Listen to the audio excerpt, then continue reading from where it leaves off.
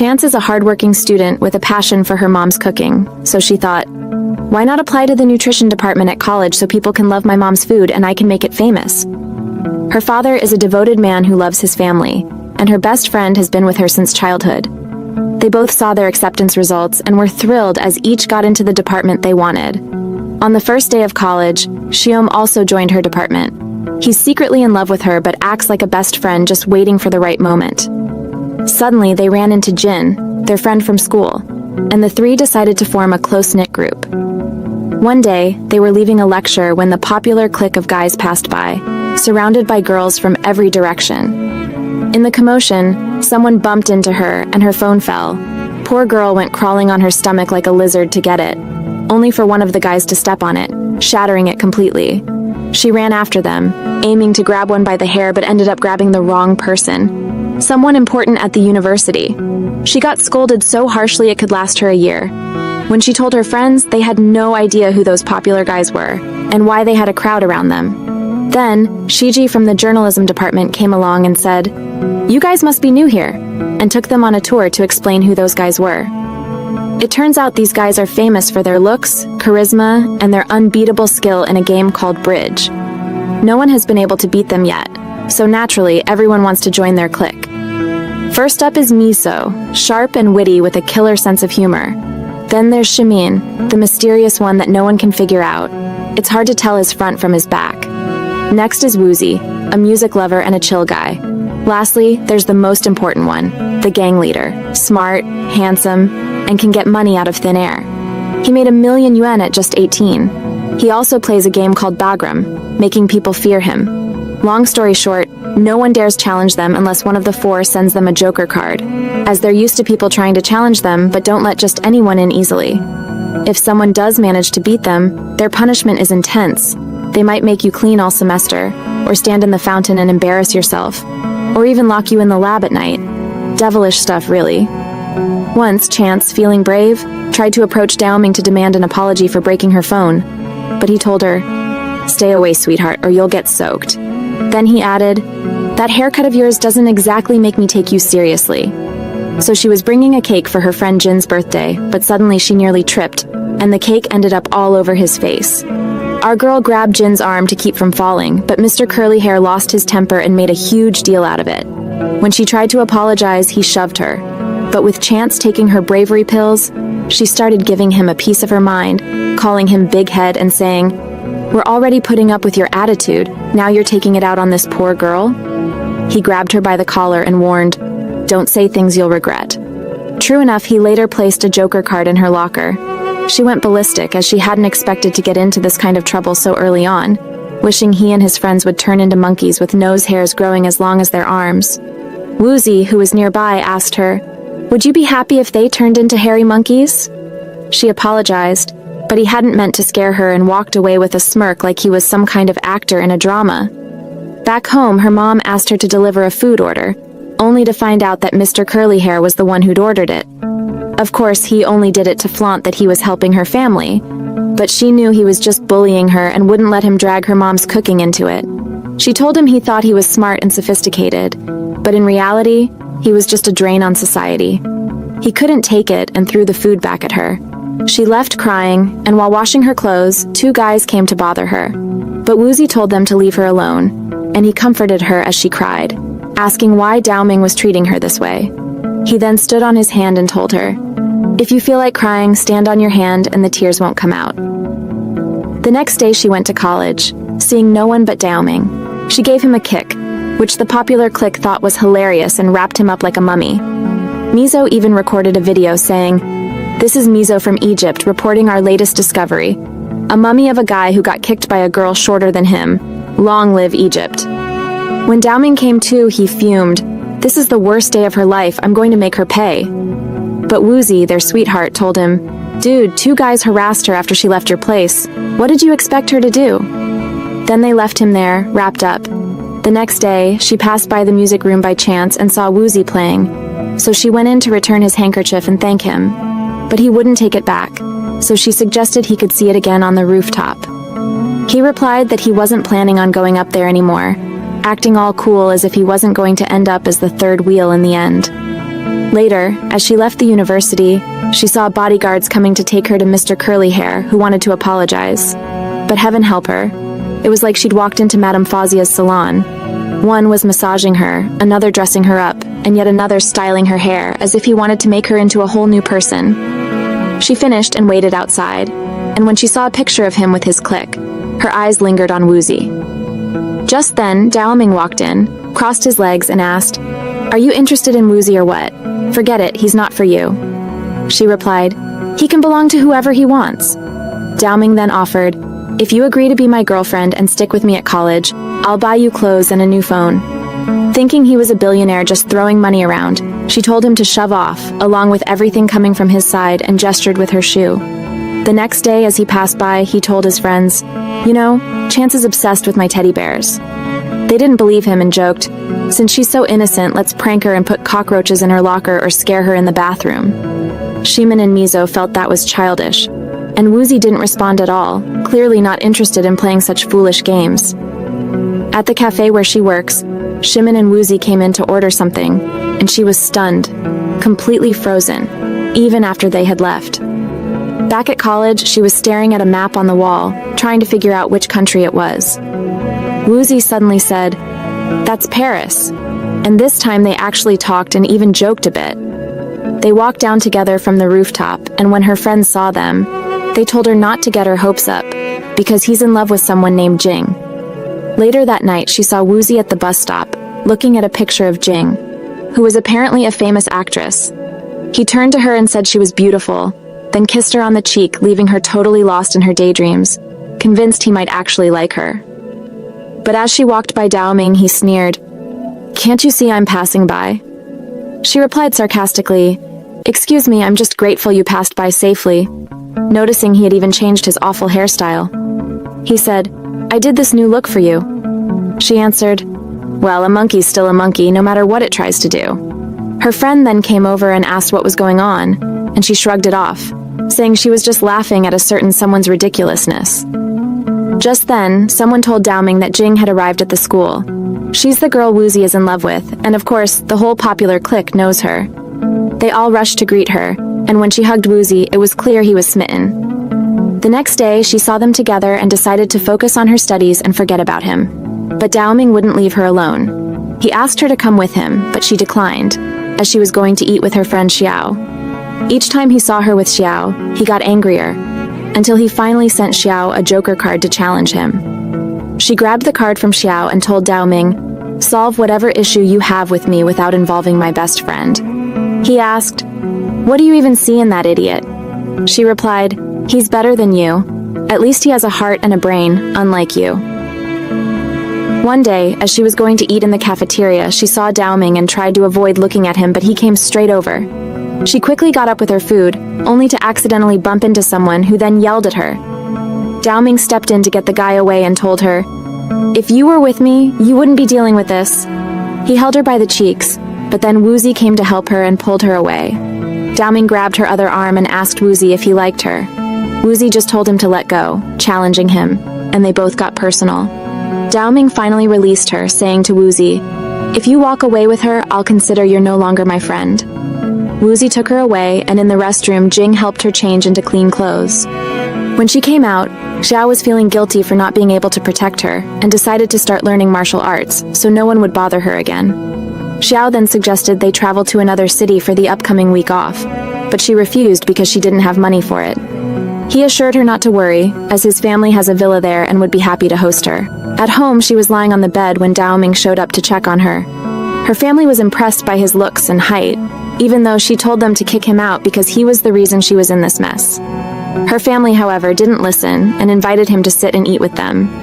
He was polite, quite unlike his usual self, as if he wasn't the same guy who gave her trouble day and night. As she walked him out to see him off, he asked what she'd do over the break and suggested she join him. She declined, saying she couldn't afford a ticket, but he insisted he'd pay for her. She retorted, "Who do you think you are to pay for me? Besides, I'm already traveling with Xiao, so just drop it." The next day, she really did travel with Xiao and was amazed by his family's villa. They then went out to ride his father's boat. Feeling a bit overwhelmed by how big and expensive it looked, she asked if it was really theirs, but he clarified they'd actually be taking the smaller one. Just then, the popular clique appeared out of nowhere, like they always do.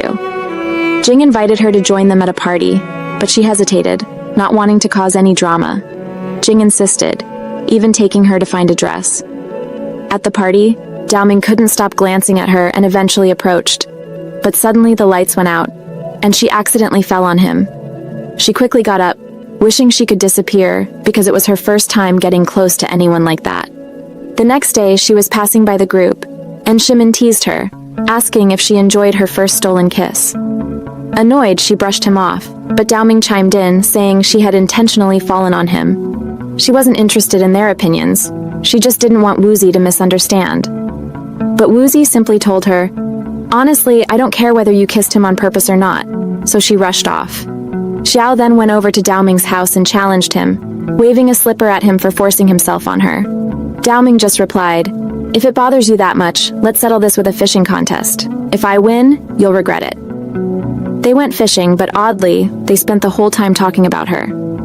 Daoming thought she was clueless, but Xiao argued she was more beautiful than he realized.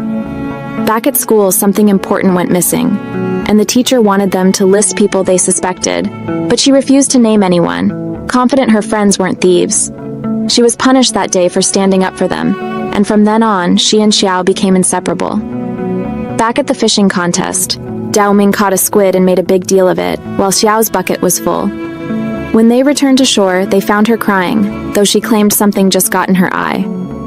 Xiao didn't miss a beat, boasting to her that he'd beaten Daoming, but Daoming's face suddenly turned red. Xiao laughed, saying, "You perv, are you thinking about what happened between you two?" and chased him down to hit him, making her laugh despite her frustration at their antics. After break, back at school, she opened her locker to look for her sneakers, but they were missing. Of course, curly-head Daoming had taken them and tried to wear them himself, ripping them in the process. She sighed and left them, figuring she'd be wasting her energy fighting him. Her friends teased him, asking why he was so eager to show off the torn shoes. He just said, "Be patient, I'm just luring her in. Once she falls in love with me, I'll dump her like the others." On the rooftop, she saw Woozi drawing, and she had a feeling he was sketching Jing. She noticed some chalk on his hair, and since he couldn't see where it was, she told him to lower his head so she could get it off for him. Just then, the sneaky girl who has a crush on Daoming was snapping photos from behind. She ran to show Daoming, saying, "Look at the girl who kissed you at the party. Now she's cozying up to Woozi." Furious, he stormed off. Meanwhile, she went back up to the roof to grab something she'd forgotten, only to find him there, carrying all his anger. He was starting to believe all the gossip. She tried to leave, but he cornered her against the wall and told her to stop playing games with him, which left her bewildered. He told her not to act innocent, punching the wall beside her. She was terrified and ran until she tripped. He grabbed her again, saying, "This is all because of you." She broke down, begging him to leave her alone, and at that moment he started to regret his actions, apologizing and promising he wouldn't hurt her again. Since then, whenever they saw each other, they'd avoid eye contact. She was scared to see him, and he felt guilty for what he'd done. Even his friendship with Woozi became strained. Woozi's friends asked him if anything was going on between him and her, but of course he had no response since they all knew he was in love with Jing anyway. On Jing's birthday, our girl was getting ready with her friend from school, planning to attend, and Xiao offered to drive them. They made it to the party and immediately headed to the buffet, ready to enjoy some treats, until she nearly choked on her food when she spotted Daoming walking toward her. Luckily, another girl came up to talk to him, giving her a moment of relief. Then Jing arrived with Woozi, and it was clear Woozi was planning to confess his love to her, just as his friends had predicted. They started dancing together, and as soon as the dance was over, he was about to confess his feelings, but Jing stopped him, saying she had something she needed to announce. She thanked everyone for coming to her birthday party, then declared she'd be giving up her position as the heir to her family's company to study law in France, where she wanted to help the poor. Her parents objected, but she apologized to them and even cut her hair on the spot to show she was serious and mature enough to make her own decisions. Seeing this, Woozi was heartbroken. He left the party in tears, and she ran after him to apologize, hugging him. Just then, 2 other girls came up to see him, so she returned to the party and started drinking heavily. Eventually, she left the party drunk, and Dao Ming saw her, initially thinking she was eavesdropping on him. She dismissed him, slurring, "Why are you pretending, you fake?" She suddenly leaned her head against him, and although he tried to push her away to avoid any misunderstandings, she ended up throwing up all over him. The next morning, she woke up confused about how she got home, but her aunt told her that Dao Ming had brought her. When she saw him at university, he asked her, "Aren't you going to say anything to me?" She acted nonchalant and replied, "You didn't apologize for what you did, so don't expect anything from me." He grabbed her by the collar and asked, "Are you happy now that Jing's leaving Woozy?" But the truth was, she wasn't happy at all. She went up to the rooftop to encourage Woozy to stop Jing from leaving if he really loved her. Sure, she was relieved at first, but seeing him downcast made her feel bad. So she even spoke to Jing, urging her to reconsider. Jing, however, stood her ground, determined to pursue her dream, and left. Woozy happened to overhear this and angrily scolded her, telling her to mind her own business instead of meddling in his private matters. She tried explaining that she was only concerned for him, saying, "Don't be so petty, come on." Later, they were all at the train station waiting to say goodbye to Jing. When Dao Ming showed up with a gift, Xiao insisted on seeing what was inside, but it turned out to be a silly prank. She thought to herself that Woozy would probably be happier if he was living freely like Xiao instead of being miserable over Jing. Dao Ming noticed her mood and asked, "Why are you so down?" She replied, "You wouldn't understand unless you've been in love with someone who's going through a tough time." When Jing arrived, everyone said their goodbyes, and right after, Woozy showed up. She got annoyed, asking him how he could come so late and miss the goodbye. Woozy, however, had taken her advice to heart and booked a seat on the next flight to France so he could see Jing again. He thanked her, giving her a quick kiss on the forehead. Xiao, who was watching, muttered to himself, "Seriously, it's just a forehead kiss. Chill out. You're acting like they're dating." As they watched the plane take off, Dao Ming tried to say something to her, but she couldn't hear over the noise of the aircraft. He didn't repeat himself and walked away. He had said, "Date me," without her realizing it. One day, Xiao received a message inviting him and our girl to play a game of bridge with them. She was nervous, knowing they'd likely lose, but Xiao seemed relaxed and confident. With some hesitation, she joined him. Dao Ming smirked and said, "If you're scared already, just leave. You won't stand a chance." Annoyed, she called him out, saying he was obnoxious for trying to intimidate them like that. Dao Ming spread the cards dramatically, showing off his skills as if he was some kind of joker. At first, she and Xiao were thrilled, thinking they'd won, but then Dao Ming pulled out the ace of spades and they started to worry. Xiao accidentally messed up the cards in his nervousness, secretly slipping the ace into his pocket without them noticing. Unfortunately, he got caught, and she admitted defeat, asking what they wanted.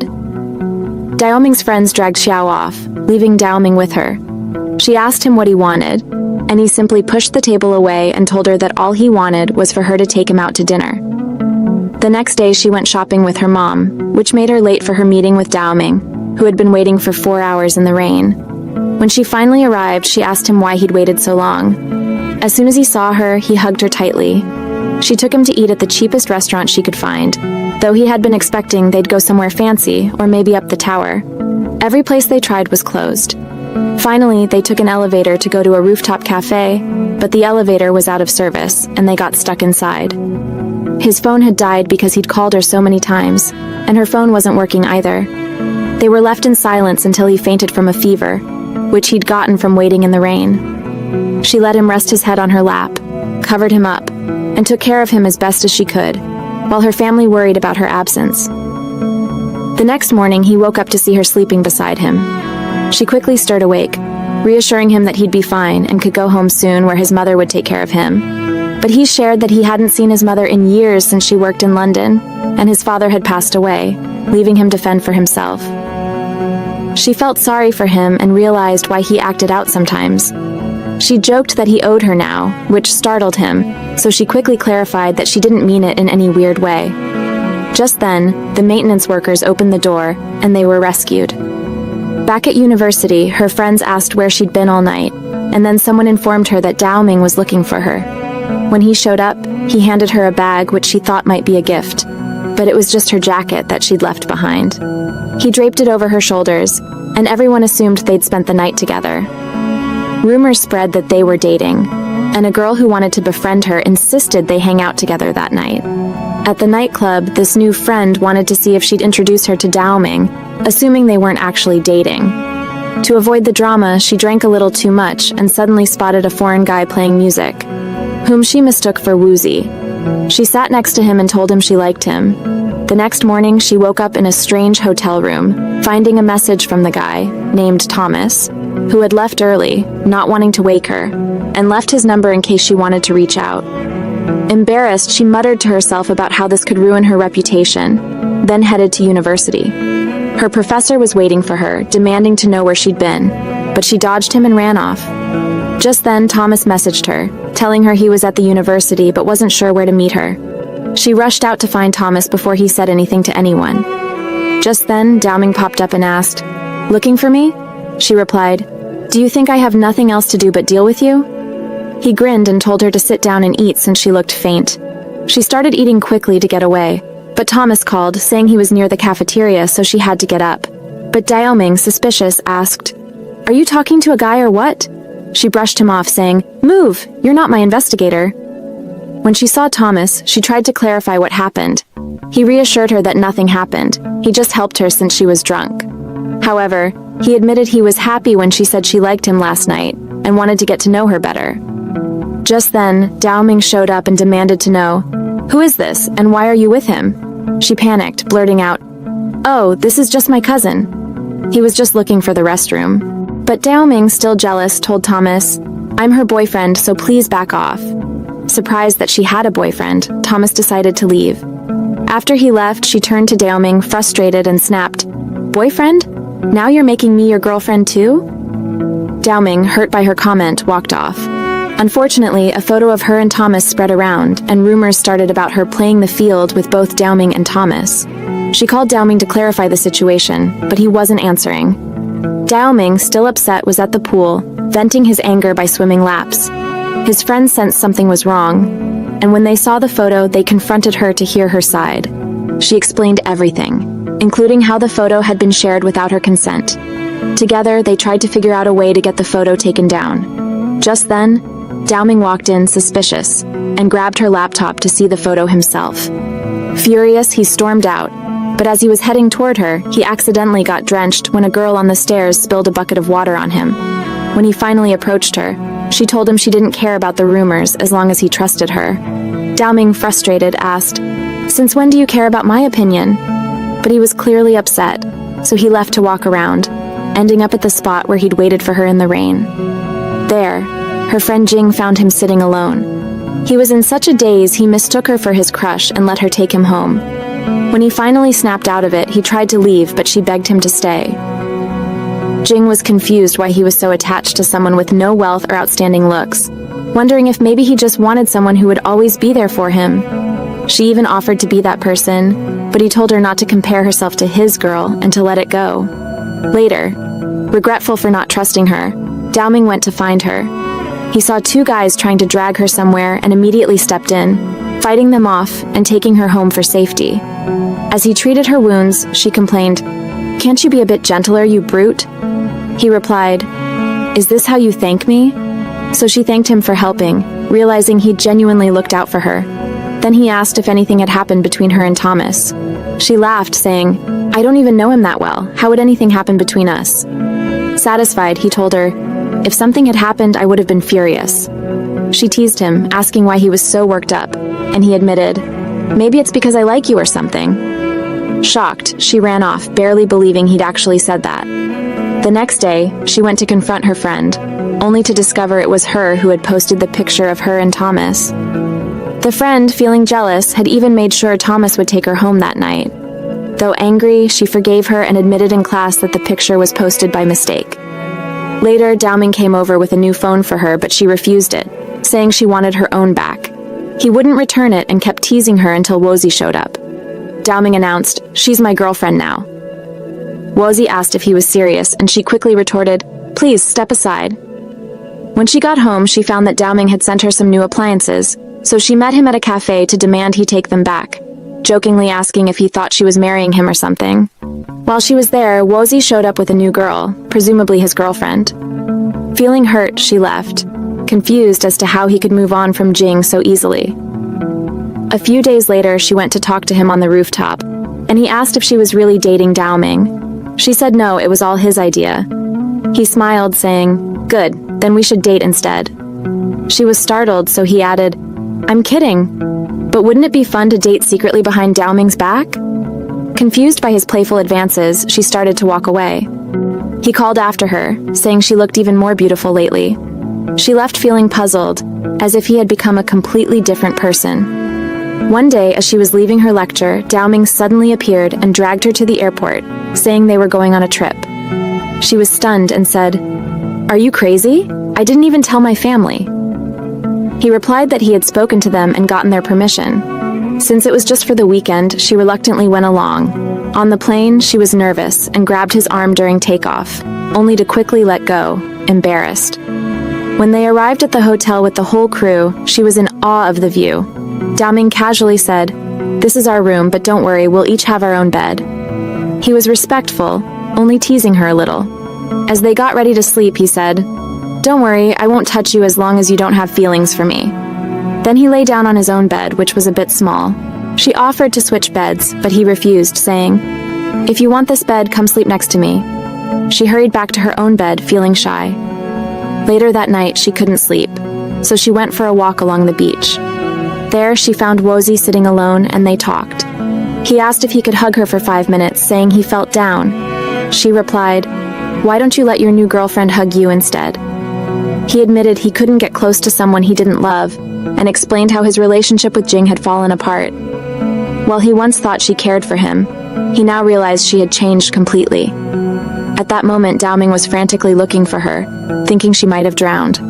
When he finally found her, she explained she'd just gone for a walk and had forgotten her phone.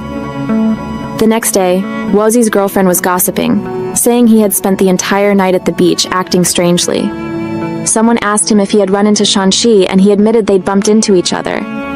Meanwhile, Qimen and Meizu stumbled across news that Jing was getting married to a businessman in France. They realized this must have been the reason for Wozi's heartbreak. That evening, feeling bad for Wozi, Shanxi went to comfort him, crying as she reassured him that he'd eventually find someone who truly cared about him. In the middle of this, he moved closer to her, but just then Dao Ming arrived, furious, and hit him. She tried to explain that it wasn't what he thought, but Dao Ming stormed off, booked the next flight home, and left without her. Back at the university, Dao Ming coldly told Wozi they were no longer friends and ignored Shanxi as well.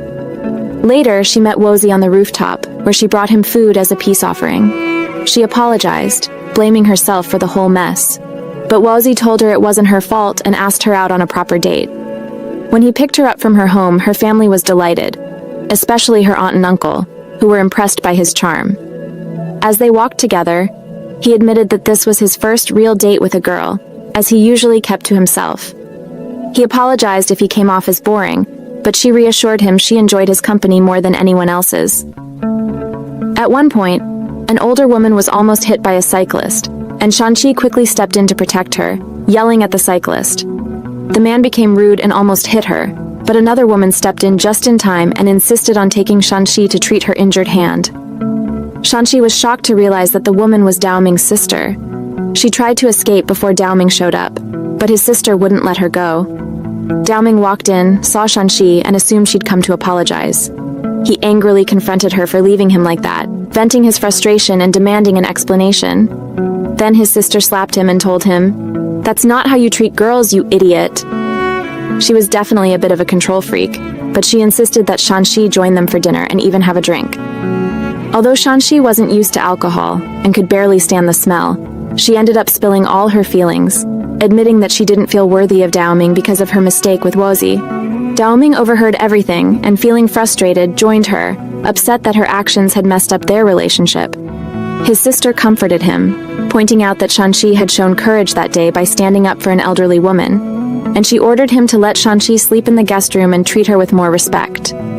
Back at the university, Wozi tried talking to Dao Ming, but Dao Ming snapped, saying, "You still have the nerve to speak to me?" He then decided to kick Wozi out of their group and even offered his spot to Xia, Shanxi's friend. Shanxi tried to take responsibility, telling them it was all her fault and she didn't want their friendship to suffer. Wozy, however, believed the opposite. He knew he was the one who had messed things up. To settle things, Daoming challenged Wozy to a bridge game, but Shanxi stood by Wozy, deciding to play alongside him. She even went to Daoming's house and told him she wanted to learn the game and join as well. Daoming hugged her and said, "Just tell me you love me, and I'll cancel the game. I won't bother Wozy anymore." Unfortunately, she didn't feel that way about him, so she couldn't say it. Her only goal was to support Wozy and prevent him from losing his friends the way he'd lost Jing. She practiced with Wozy, and at one point he suddenly asked if she loved Daoming. She was taken aback, unsure how to respond. Then he asked, "Do you love me then?" Once again she had no answer, so she told him to stop with these questions. She countered by asking if he still loved Jing. He replied, "Would you believe me if I said I don't think about her as much anymore?" When they arrived at the university to start the game, Shanxi and Wozy held hands, which infuriated Daoming, who asked, "Are you two going to stay holding hands the entire time?" They all agreed that if Wozy and Shanxi won, Daoming would forgive them, but if they lost, Shanxi would leave the university. The game began, and they won the first 2 rounds. They were even confident they'd win the last one, but Daoming began to worry and decided to forfeit. Shanxi was thrilled to win, though Daoming claimed he would have won if he hadn't withdrawn. She couldn't understand why he forfeited, but Wozy pointed out the obvious. Daoming didn't want her to leave the university. Later, at Daoming's house, his sister invited everyone over. Meizu and Qimen were reminiscing about their exes, and they jokingly asked Shanxi if she remembered any of her ex's numbers, but she admitted she'd never dated anyone before. His sister teasingly asked Shanxi how far she'd gone with Wozy, and she replied that they'd only gone on 1 date. Daoming's sister decided to give them a private room to talk, which Wozy agreed to, as he had many things to ask her. Inside, he tried to explain that he liked her but wasn't in love with her, admitting that he was still trying to get over Jing and wasn't ready to move forward. He acknowledged that his friends were right. He was interested in Shanxi because he was struggling to forget Jing. Shanxi reassured him that her only concern was his happiness, and she didn't mind staying his close friend forever. He gently patted her head, thanking her for understanding. Meanwhile, outside, Daoming heard Meizu say, "I wonder what Shanxi and Wozy are doing alone in that room." Feeling jealous and wanting answers, he asked his sister where they were. She calmly told him they were upstairs together, but to her surprise, Daoming didn't storm off or cause a scene. He just stayed quietly stewing in his thoughts. The next day, Daoming's friend came to talk to him and admitted that years ago, he had wronged Wozy by taking his toy by force and had even wanted to bring his friends to bully him. Surprisingly, Wozy hadn't gotten mad back then, so Daoming now wanted to return the favor and let go of Shanxi. He met her at the university to return her books, which left her wondering at his sudden change of heart. Meanwhile, Wozy also intended to step back from Shanxi because Daoming was his old friend, but he didn't want to tell him right away, wanting him to suffer a little and understand her value. One day, Daoming announced to his friends that he was moving to London to settle there. Wozy overheard and told him, "Don't worry, I'm not leaving because of you." At that moment, Shanxi came in, visibly upset by Daoming's departure, so he decided to tease her more by saying, "Here's your chance to date him freely. I don't mind." She walked off in frustration, wishing he'd go off and enjoy himself with the blondes in London. She had recently started working at a Frankie's restaurant, and while she was distracted by thoughts of Daoming's words, she accidentally burned herself. Tian, her co-worker, rushed over to put some gauze and cotton on her burn. Suddenly, a girl told her that there was a man outside who was causing a scene and refusing to leave until he saw her. Frankie, the manager, told Daoming this was a place of work and he couldn't act like that, and Shanxi tried to say the same to get him to leave. But Daoming grabbed her hand and Frankie asked, "Who are you exactly to take her away?" Another fight almost broke out, but Shanxi stopped it, telling Daoming to quit his behavior. Annoyed, he called himself an idiot for coming to say goodbye before leaving, then walked away, determined not to return. At the airport, Wozy went to say something important to Daoming before he boarded. On the plane, Daoming fumed quietly, even wanting to leave mid-flight, but his sister slapped him, asking, "Where do you think you're going? This isn't bus number 6. When they arrived in London, Daoming was stomping around, wanting to go back after Wozy admitted nothing had happened between him and Shanxi, and that he'd realized she actually loved Daoming. Daoming tried calling Shanxi at the restaurant, saying her dad wanted her home urgently, but when she found out it was him, she hung up. She thought he should enjoy himself in London instead. The next day at work, everyone was tense because Tian had a big cooking test that day, and he had to prepare fish. He'd left the food on the stove too long, so it was ruined, and time was running out before the chef came to taste it. Shanxi stepped in to help him save the dish, but the sauce would take way too long to prepare. She remembered once using cameo leaves as a substitute for sauce and suggested Tian buy some quickly while she started fixing the dish.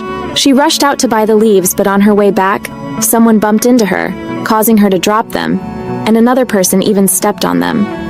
Luckily, she found a lady selling cameo leaves and bought some in time. She returned to the restaurant just as the chef came to taste the food, and thankfully, the chef loved the dish. The next day, Tian went to buy cameo leaves from the shop he frequented, and noticed Shanxi's card. Apparently, she hadn't been able to pay for the leaves because they were too expensive, so she had left her card as collateral until she could come back and pay later. The shop assistant mentioned to him that she had also been in an accident recently, which made her seem even more admirable in his eyes. To thank her, Tian invited her to a meal, and they talked about their lives. He told her that his mother had passed away and that he lived with his father but was fighting hard to get through life. He felt they were similar, both struggling through hardships. After dinner, he walked her home and asked her to stay by his side whenever he was cooking. Of course, she took it as helping him in the kitchen, but then Dao Ming showed up and interrupted, saying, "Oh, sweetie, he doesn't just want you to help him cook, he wants you as his future girlfriend." He added that before she got too invested, she should know that Tian was the heir to a huge Chinese pharmaceutical company and was only pretending to be poor. She felt deceived by Tian's pretense and told him he had trivialized her own struggles. Tian explained he wasn't trying to downplay her difficulties. He was simply trying to fight back against his father. Dao Ming then barged into her home, claiming he'd come back from London to save her from being fooled. When her mother came out to welcome Dao Ming, her father was delighted to see him as well, and offered him to rest in the guest room. But Dao Ming confidently walked into Shanxi's room instead. She told him to get off her bed and stop taking over her space, but he just shrugged, saying, "What if I get thirsty? Who's going to bring me water?" He teased her further, asking if she'd held Tian's hand. Shanxi denied it and told him to back off. The next day, as Shanxi was changing in the bathroom, Dao Ming walked in without knocking, as if it were a barn, and even her mother came in after. Seeing them in an awkward position, her mom decided to lock the door on them, playfully saying, "Oops." Later at the restaurant, Shanxi helped Tian again. He explained the misunderstanding, saying he only wanted people to value him for who he was, not for his wealth. She understood his point and wasn't angry anymore. When Shanxi got home, her family was in a frenzy because her father had lost 1,000,000 yuan in an investment and faced jail time if they couldn't pay it back. Her mother was crying, not caring about wealth but worried that he wouldn't be there with them. Dao Ming saw her mom crying and decided to help, handing Shanxi his credit card. She refused, but he asked if she wanted her dad to go to jail, insisting she could pay it back later. Shanxi, unsure how she could repay such a huge amount, hesitated, so Dao Ming told her to meet him after university the next day. After class, she went to his place and he stepped closer, suggesting a faster way to repay him. She slapped him, tearfully saying, "I'm an honorable woman. Take your money. I don't need it." He laughed, telling her to stop thinking the worst of him. His plan was for her to enter a cooking competition where the winner would receive 1,000,000 yuan. As she looked over the entry requirements, he kept teasing her and pulled her closer, making her realize just how manipulative he could be. Then he told her to pay him back, but not to forget the interest. She asked how much he wanted, but all he requested was a kiss on the cheek. Honestly, if it were me, I'd slap him and run. But she kissed him quickly and ran off, still playing the role of the helpless damsel. His sister decided to help train her more for the competition, since she also worked in the culinary field, and even invited her to stay with them for a while, a real recovery retreat for her. At night, he would gaze at her beauty while she slept, deprived of her presence during the day. She started cooking for him to taste her dishes, feeling like she'd become a top chef. But one day, Tian told her that his father wanted him to marry a rich girl named Saina who loved him, though he didn't feel the same way. It turned out Saina was also entering the competition to impress him, which made Shanxi feel like she'd never win. She packed her bags and tried to leave Dao Ming's house, but he stopped her and said, "Where do you think you're going? You're just using this as an excuse to run away." She told him to stay out of it, that she'd pay him back the money since she wouldn't win anyway and was letting everyone down. He responded, "By doing this, you're disappointing me too." He dragged her to his room, but she resisted. He reassured her, saying, "Come on, I'm not going to kidnap you," and brought her some water. Then he suggested they play a bit, but with honorable intentions, just a card game. When she lost, he drew on her face but stopped as he watched her close her eyes, savoring the moment. Suddenly, he leaned in and told her to have more confidence. He was certain she could win the competition. As he got close, he realized she was even more beautiful up close. The next morning, he tried to take a picture of her while she was sleeping so he could tease her later. When she woke up and found out, she yelled at him, demanding he delete the awful photo. On the day of the competition, she was ready, and Daoming and his friends sat watching, confident in her abilities. The judges tasted each dish to decide who would make it to the next round, choosing 6 contestants, including Shang-Chi. In the next round, they had to prepare pastries.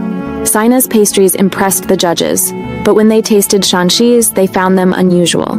She remembered Daoming's sister's advice to be confident, so she told the judges her recipe was inspired by a woman who made it for her sick husband, filled with the care and love she put into it. Moved, the judges appreciated her personal touch and announced the 3 finalists, including Shang-Chi. The final round was tougher. They had only 45 minutes to finish the dish. Shang-Chi felt anxious, but Daoming, in his usual loud way, encouraged her to focus and pick her ingredients quickly, since time was running out. After the judges tasted each dish, they were impressed by Sina's recipe, but found Shang-Chi's dish to be a simple one that anyone could make. Unfortunately, Sina was announced as the first-place winner.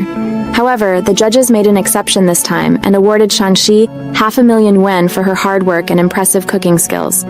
Shang-Chi was ecstatic, thanking everyone who supported her. At Daoming's house, they celebrated together. Shang-Chi thanked them all for their support, and Daoming decided to ask her out for the next day in front of everyone. Embarrassed by the public invitation, she suggested they all go out as a group, but one by one the others made excuses to leave them alone. Daoming turned to her and said, "See, looks like I'm the only one left for you." The next day, she was on her way to meet him but saw a young boy who had fallen. She helped him up and he handed her a note from his mom, who happened to be her neighbor. The note explained that his mother had to leave for work and asked if she could look after him. He commented that not only was she late, but she'd brought a kid along. She apologized, asking him to put up with it for a while, so they took the boy to the zoo. Daoming realized she was more focused on the boy than him, which made him feel a little neglected. At one point, the boy commented on how ugly a monkey looked, and Daoming joked, "Not as ugly as you," but was kind enough to carry the boy on his shoulders so he could see the animals better. When the boy eventually fell asleep, she tried to take his teddy bear so he could rest comfortably. She then asked Daoming why he always helped her and spent time with her. Exasperated, he finally blurted out, "I'm honestly tired of dealing with your cluelessness," and walked off, leaving her with the boy. He was probably right. If only she'd understood him better. At work later, her boss sent her to meet a group of handsome customers who wanted something from her.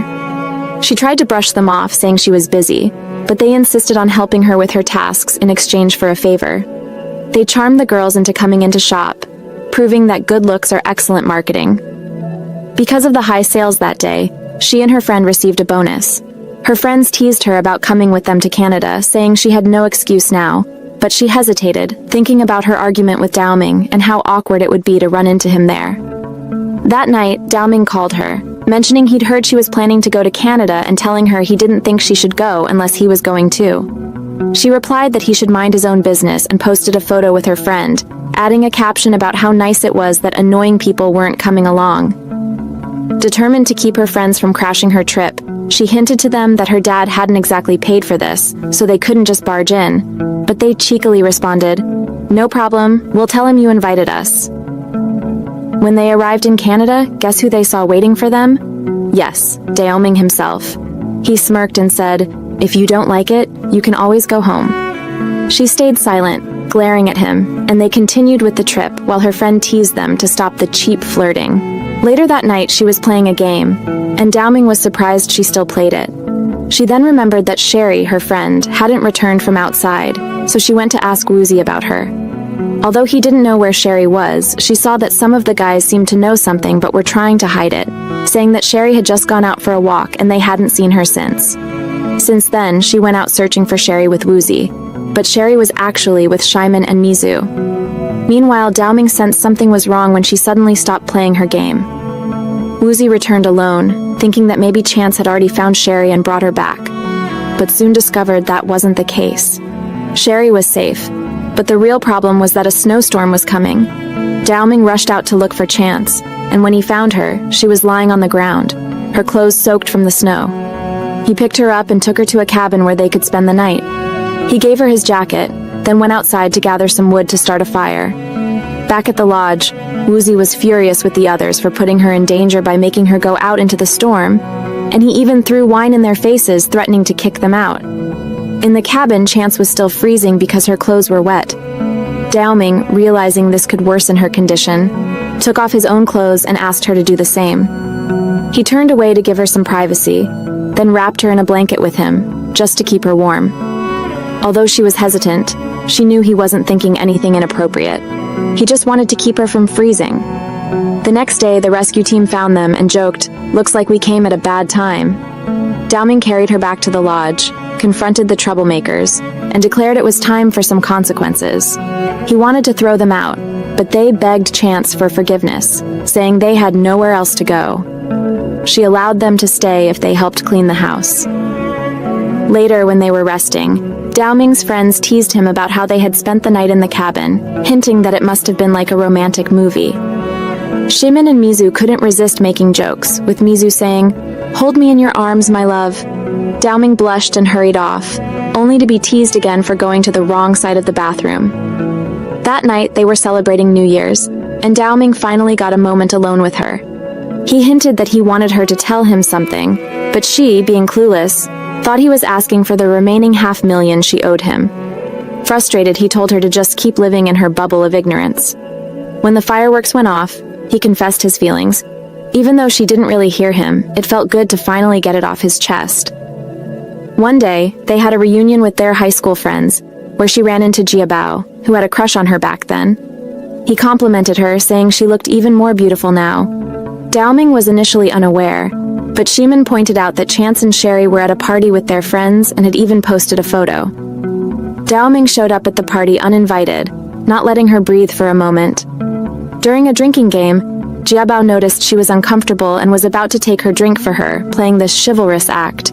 However, Daoming stepped in, took the drink from her and said, "Why would you drink something so disgusting?" Jiabao, surprised, asked him who he was, and Daoming replied, "I'm her boyfriend. Do you have a problem?" Chance quickly clarified that he wasn't her boyfriend, and Jiabao, putting an arm around her, told Daoming he should back off if he was bothering her. Daoming brushed Jiabao's arm off and pulled her aside to talk. However, when he started insulting her friends, calling them annoying, she told him to watch his words and not disrespect them. Even Jiabao stood up for her, saying, "If we're that annoying, maybe you should leave." Daoming lashed out and ended up getting into a fight, eventually landing in the hospital. Chance was furious, slapped him, and told him he'd crossed the line. She said if he thought her friends were annoying, then he must see her the same way, and honestly, she had a point. His friends scolded him too, telling him he needed to apologize to her since he had overreacted. The next time he saw her, she was talking to Shimin, and he instructed Shimin to apologize to her as soon as she approached. Daoming called out to her, but she ignored him, clearly not planning to forgive him so easily. Later, in the library, she struggled to reach a book on a high shelf, but just then, she saw Jiabao's younger brother, Sean Bing, and was delighted to run into him. Sean Bing told her he hadn't seen her in ages, not since she used to deliver food to their house. He always liked seeing her around until he heard Daoming talking about her, mocking her as dumb, and saying he could never fall for someone like her. Sean Bing couldn't hold back and called Daoming an idiot. She quickly pulled Sean away before a fight could break out. Later, they were eating together when Daoming walked by. Sean decided to annoy him by chatting with her more intensely, reassuring her she didn't need to worry about Daoming, as he'd protect her. Just then, Daoming came over, saying, "Oh, so you're hanging around with a guy like this now?" She snapped, telling him once again to stay out of her life. Sean, still angry, said, "She's my girlfriend. Why do you care?" Daoming grabbed Sean by his shirt and they almost fought, but she intervened to stop them. As they were leaving, Daoming told her he'd never stop loving her, no matter how much she pushed him away. Sean just laughed and said, "He's crazy. You should ignore him." One day she was out with Sean Bing, who advised her to stay away from Dao Ming, saying his behavior was out of line. Although she knew he was overprotective sometimes, she believed Dao Ming had a good heart. Sean went to get her a drink, but while he was away, some men approached her. When he returned, she was gone. Xiao and Dao Ming's friends noticed her absence and informed him that she was missing. She had been kidnapped, and they sent Dao Ming a photo showing her tied up and beaten. Sean Bing recognized the gang and asked to speak with them alone. It turned out he had connections with them, but the gang leader had an old grudge against Dao Ming because he once broke his leg. They wanted revenge, but assured her they wouldn't harm her. They only wanted Dao Ming to suffer. The gang leader sent Dao Ming the photo, threatening that they would deal with her if he didn't come. Although she doubted he'd come since they weren't in a relationship, Dao Ming showed up, ordering them to stay away from her. They beat him badly until the police arrived. When she woke up in the hospital, Wuzi was sitting silently nearby. When she entered the room, they told her Dao Ming had died. She broke down crying, regretting everything that had happened.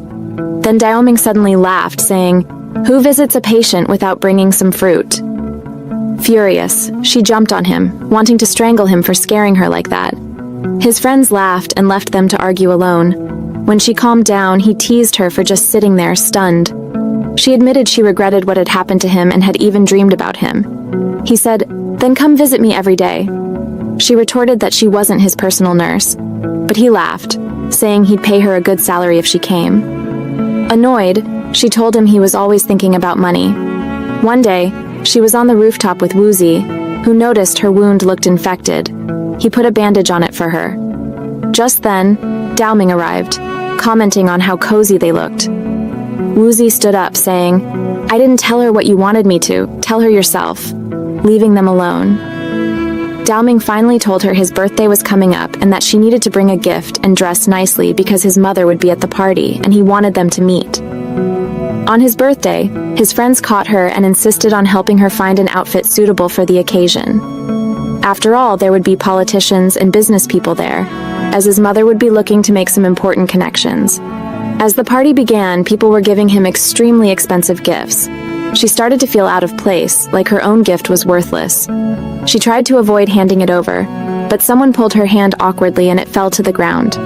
His mother arrived just then, and Dao Ming helped her up, introducing her to his mother as the girl he loved. His mother was stunned and asked if he realized what he was saying. She couldn't believe he'd choose someone without a family background or connections. Wuzi quickly lied, saying her father was a company executive responsible for projects in North Africa and the UAE. Sensing the lie, Dao Ming's mother asked her to play the piano, assuming if she was truly wealthy, she'd know how to play. Nervous since she hadn't played in ages, she went to the piano and started playing. To everyone's surprise, she played beautifully. After finishing, she admitted that she wasn't from a wealthy family, and that all she could offer was this simple song. His mother was offended by her audacity and wanted her to leave. Dao Ming, angered by his mother's reaction, decided to leave with her. He grabbed Shimon's car keys and walked out, even though his mother warned he'd regret it.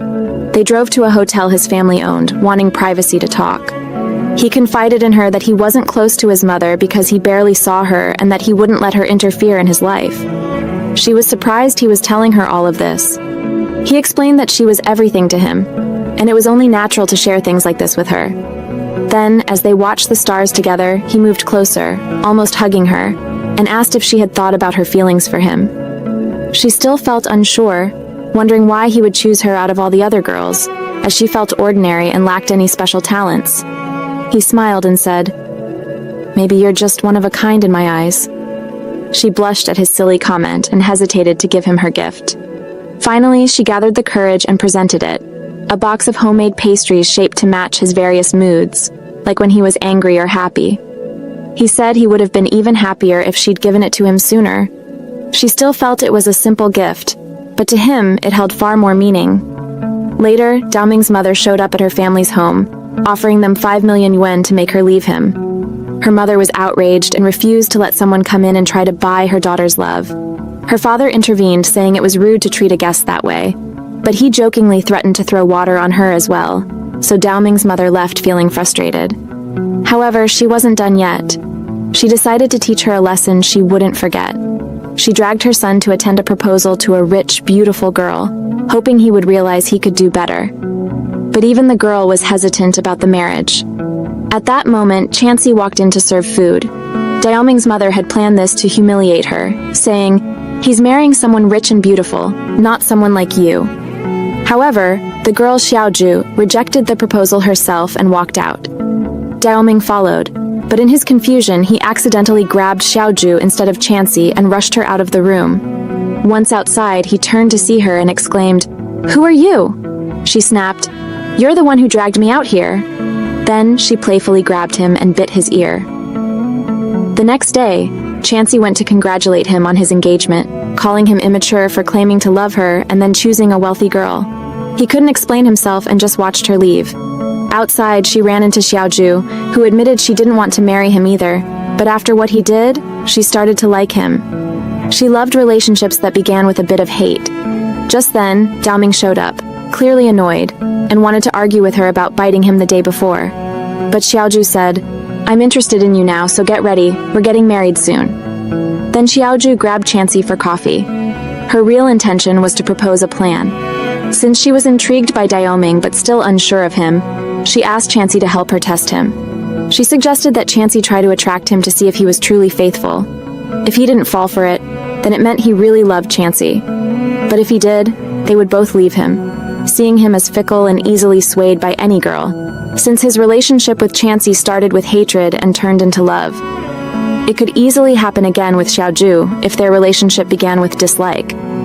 Later, Chansey told Daoming she'd met with Xiaoju and found her to be smart, sincere, and beautiful. She admitted that maybe his mother was right in choosing her as a match, and that he should be happy if he promised to marry her. Daoming felt anxious because it seemed like Chansey wasn't interested in him anymore, and he walked away, hurt. A few days later, Xiaoju met Chansey with a huge grin and hugged her, announcing, "Daoming agreed to date me." She asked Chansey if she thought he would forget her so quickly, and if Xiaoju could really replace her. Stay tuned for part 2, where we'll see what happens next. In the first part, when Chansey found out that Daowenji asked Xiaoji to date him, he decided to give her a chance to see if he could love her.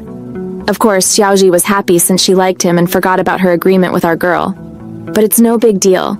Our girl will remain strong, nothing can shake her. Even his friends were surprised at how calm she was. But what could she do? Surely she wouldn't beg him to come back to her. What was frustrating, though, was how Xiaoji would come to her every day, sharing stories about her time with him. I mean, the girl wasn't obligated to listen to their adventures. Our girl would share all of this with Zhuzi, who couldn't believe how Xiaoji could talk about their relationship, knowing she was his ex. One day, she saw them passing by, arguing. She was about to leave, but overheard Doenji telling him, "Kiss her if you really want to prove you don't love Chansey anymore and have moved on." She stopped to listen, hoping he wouldn't do it, but he kissed her. Later, while sitting with Zhuzi in a cafe, Doenji walked in with Xiaoji. Our girl dragged Zhuzi to sit with them. As usual, Xiaoji wouldn't stop talking about their relationship, and he scolded her to make her stop. She then told them about a resort in the mountains owned by her family and invited them to join her there. Our girl refused, but Zhuzi accidentally agreed, so she ended up going. While they were there, Zhuzi got up to do something, so our girl asked Daowenji, "Is this the same guy she said was dumb and quiet, but that she loves anyway?" He confirmed, yeah, she's always loved him. Then Xiaoji dragged her into the sauna, where she wouldn't stop rambling. She went on and on. Poor Chansey didn't understand why Xiaoji was so obsessed with him until she passed out. When she fainted, our girl screamed for Daowenji, telling him Xiaoji had passed out in the bathroom while undressed. By the time she got out, Josie had already carried her to her room. When Xiaoji woke up, she asked him how he brought her there while she was naked. Of course, he told her he had dressed her. What else would he do? She told him, "I wish we hadn't come here. Why do I have to hear about their relationship all the time?" He told her, "You can go break down his door if you want." Meanwhile, Duenji was frustrated from overthinking. Xiaoji told him she wanted to live with him in his house, but he refused.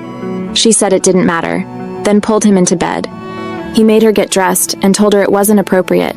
She threw a tantrum, stomping and crying because he wouldn't give her a chance. Our girl overheard and thought he was forcing Xiaoji into something, but when she entered the room, she found him lying on the floor with Xiaoji on top of him. She quickly left, regretting coming there in the first place. The next day, she stood there cursing her luck after hearing that they had spent the night together. She asked Josie to turn his back so she could lean on him. She wanted to cry without anyone seeing.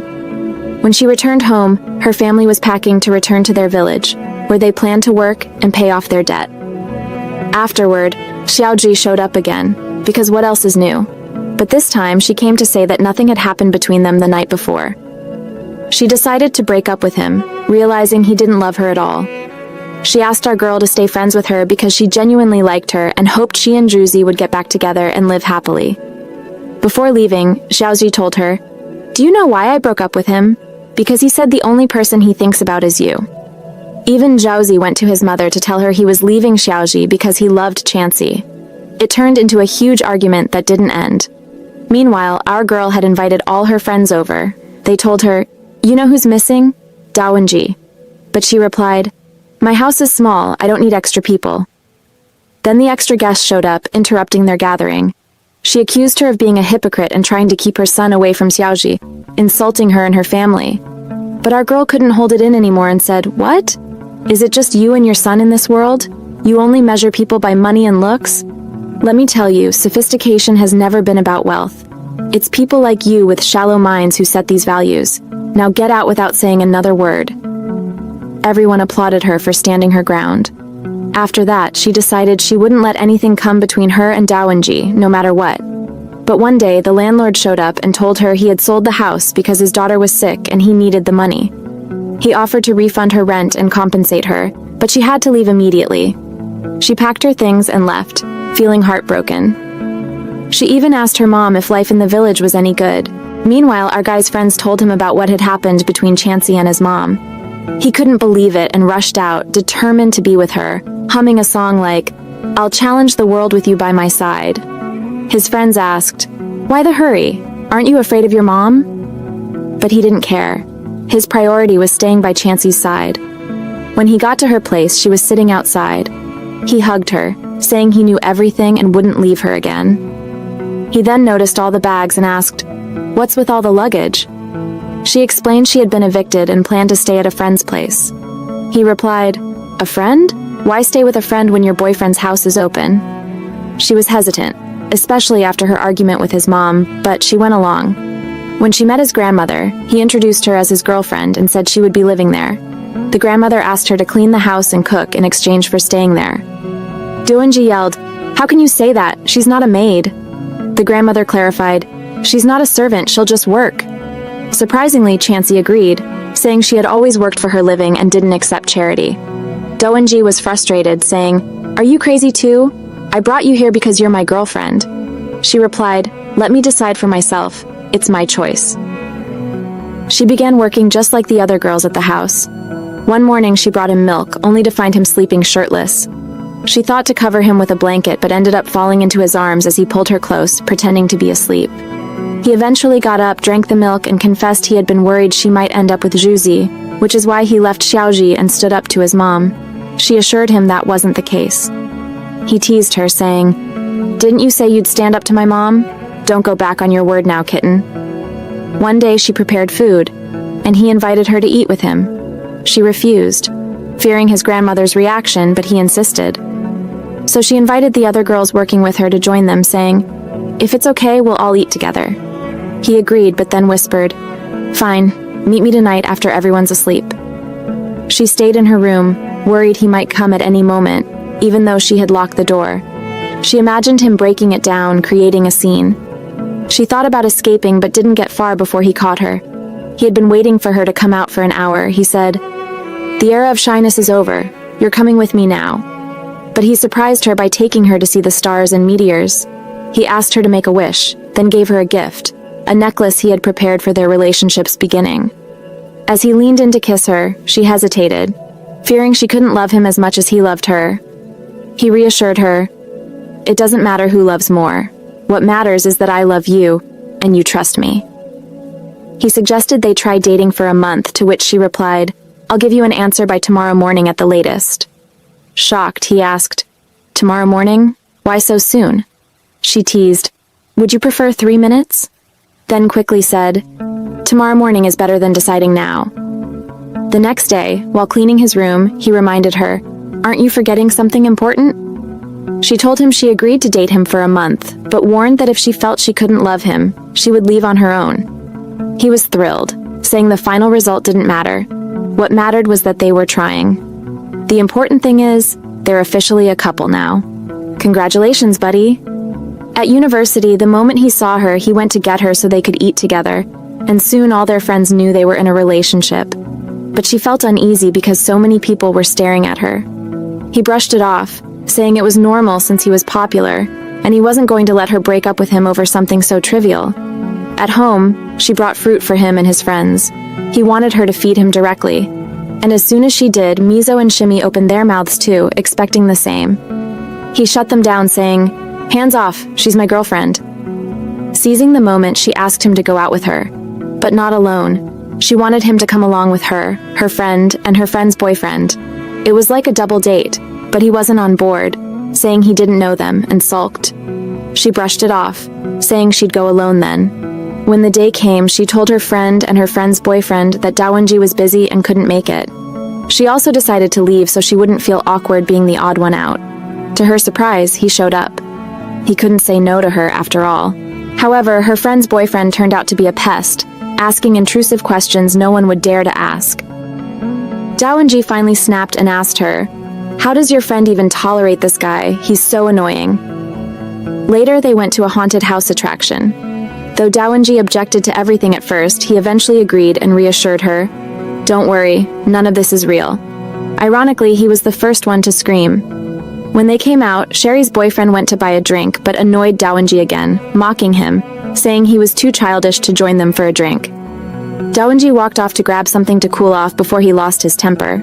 That's when he saw the guy flirting with two girls. The boyfriend had the audacity to suggest, "What do you think of these two? Why don't you pick one instead of sticking with your boring girlfriend?" That was the final straw. Daewonji punched him for being a two-timer. When Chansey and Sherry arrived and asked what was going on, he refused to explain. Frustrated, Chansey followed him home and asked his friends, "Where's the one who acts like a tough guy and keeps hitting people?" Fozzie told her he was in the bathroom and, like a fool, she opened the door on him. Of course, he wasn't dressed. When he came out, she scolded him for embarrassing her in front of her friend. She wanted him to apologize, but he retorted, "My bad, I guess. May the Lord grant him patience to deal with this," and walked off, leaving her upset. The next day, while she was apologizing to Sherry, they overheard her boyfriend telling someone, "My girlfriend is so boring and uptight, she won't even let me kiss her." Chansey was stunned but didn't hesitate. She punched him in the stomach, standing up for herself. Shimin saw Sherry crying on the street and tried to comfort her. He then decided to get back at that guy for hurting her. Coincidentally, Daewonji was also there, and they both confronted him together. The guy's irritating attitude triggered Daewonji, and he ended up punching him again. When they stepped outside, Daewonji turned to Chansey and said, "So, what do you think now?" She sarcastically replied, "Think about what, you idiot? You punched the guy and walked off without saying a word." Shimin and Sherry, fed up with the constant bickering, decided to leave together. Chansey turned to Daewonji and demanded, "Where are you taking my friend?" He teased her.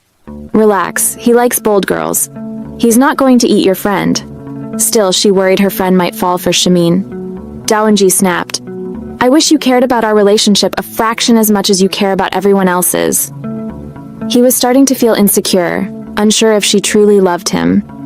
With their dating trial nearing its end, he feared she might leave him. But then she hugged him and said she wanted their relationship to be official. Overwhelmed, he took her home, joking that they needed to check her mental state to make sure she wouldn't come back later, claiming she wasn't in her right mind when she said that. Later, she was helping him study and quizzing him from the book since they had an important lecture the next day. She complimented him, saying, "Bravo, see, you're smart." He replied cheekily, "Where's my sweet reward, Miss Memes?" and pulled her closer before she could escape. At university, the professor was reviewing their thesis and asked a question, which our guy confidently answered. After the lecture, she was a bit anxious about the results. Then a girl came up to her saying, "Lucky you, your boyfriend helps you study." Apparently, Mr. Popular had made their relationship public on social media, creating quite a buzz.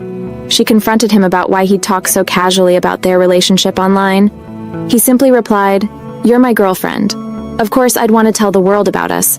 Instead of thanking me for helping you yesterday, you're here nagging me." She argued back, saying she helped him too, and he admitted he had been meaning to thank her as well. He then invited her to go out with him. While they were out, he revealed that he planned to move to London after graduation. She asked if he'd ever return, but instead of answering, he teased, "Shouldn't you be begging me to stay by your side forever?" She fired back, "Well, if I did say that, would you actually stay?" One day, after leaving university, he caught up with her and asked where she was headed. She told him she was going home to sell some old clothes she no longer needed, and had some housework to do. He offered to call his grandmother to give her the day off, but she refused, saying she was an employee and couldn't just skip work. At the house, the girls working there started rushing around because Madame Dawinji's mother had arrived. Panicked, she tried to gather her things before getting caught. Unable to figure out where to hide, she crawled under the table just as the mother entered. Unfortunately, her phone rang, and Madame Dawinji, who forbids the use of phones during work, followed the sound and told her to come out immediately. When she saw her, Madame Dawinji was shocked. "Aren't you the one who turned down 5 million and acted all self-righteous? And now you're working in my house?" The housekeeper came to her defense, explaining that she'd been working there for a while and had proven to be hardworking. She even noted how her presence had been good for Dawinji, who now studied regularly and was much happier than usual. But his mother wasn't swayed. She wanted her gone regardless. The housekeeper firmly stood her ground, telling Madame Dawinji that she wouldn't let her leave. However, the mother reminded her that she was the homeowner and had the final say about who stays and who goes. That's when the housekeeper reminded her not to forget that she was also Dawinji's grandmother, not just a housekeeper. She explained that Dawinji's grandfather had written in his will that she was to remain in charge of the household. Our girl started crying, and the grandmother comforted her, saying, "Stop crying already, I saved you and you're not going anywhere." Once things settled down, the grandmother wanted to understand how the girl ended up working with them. She explained that when she was 19, she was deep in debt, and Dawinji's grandfather helped her by giving her a job in the household. Over time, she became an integral part of the family, even raising Dawinji. But after Dawinji's father passed away, everything changed. Dawinji often came home beaten and miserable. This was the first time she'd seen him happy, and it was because of this girl. She decided to protect her and ensure no one could force her to leave. The girl, trying to act composed, pretended she was very busy and important. The grandmother laughed and said, "Hold it right there. Don't make me lose my temper with you." She stood there listening to the grandmother's plan. It turned out she wanted them to get married secretly without his mother knowing, and then drop the bombshell afterward, leaving her no choice but to accept it. She thought to herself, "Granny, are you planning my entire life too?" The next day, she was standing with her friends when he came over, wanting to figure out what had happened the day before. He took her to her favorite cafe, hoping to get some answers. But she dodged the topic, saying it was nothing. Of course, she couldn't spill the beans about his grandmother's plan. It would only cause trouble. He then told her he was planning to move out of the house.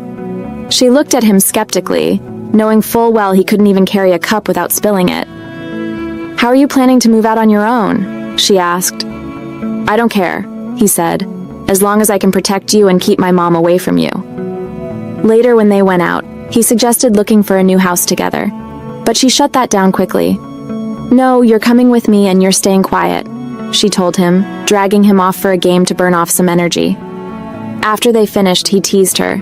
"You're so competitive, even when playing games. Who's going to want to marry someone like you?" She retorted, "Fine, go find yourself a soft-spoken girl and marry her then." He laughed, knowing he was only teasing her. After all, he wasn't interested in anyone else. By chance, they started talking about her family, and she mentioned how her parents had moved abroad to pay off their debts. He frowned and asked, "Why don't you ever rely on me for anything?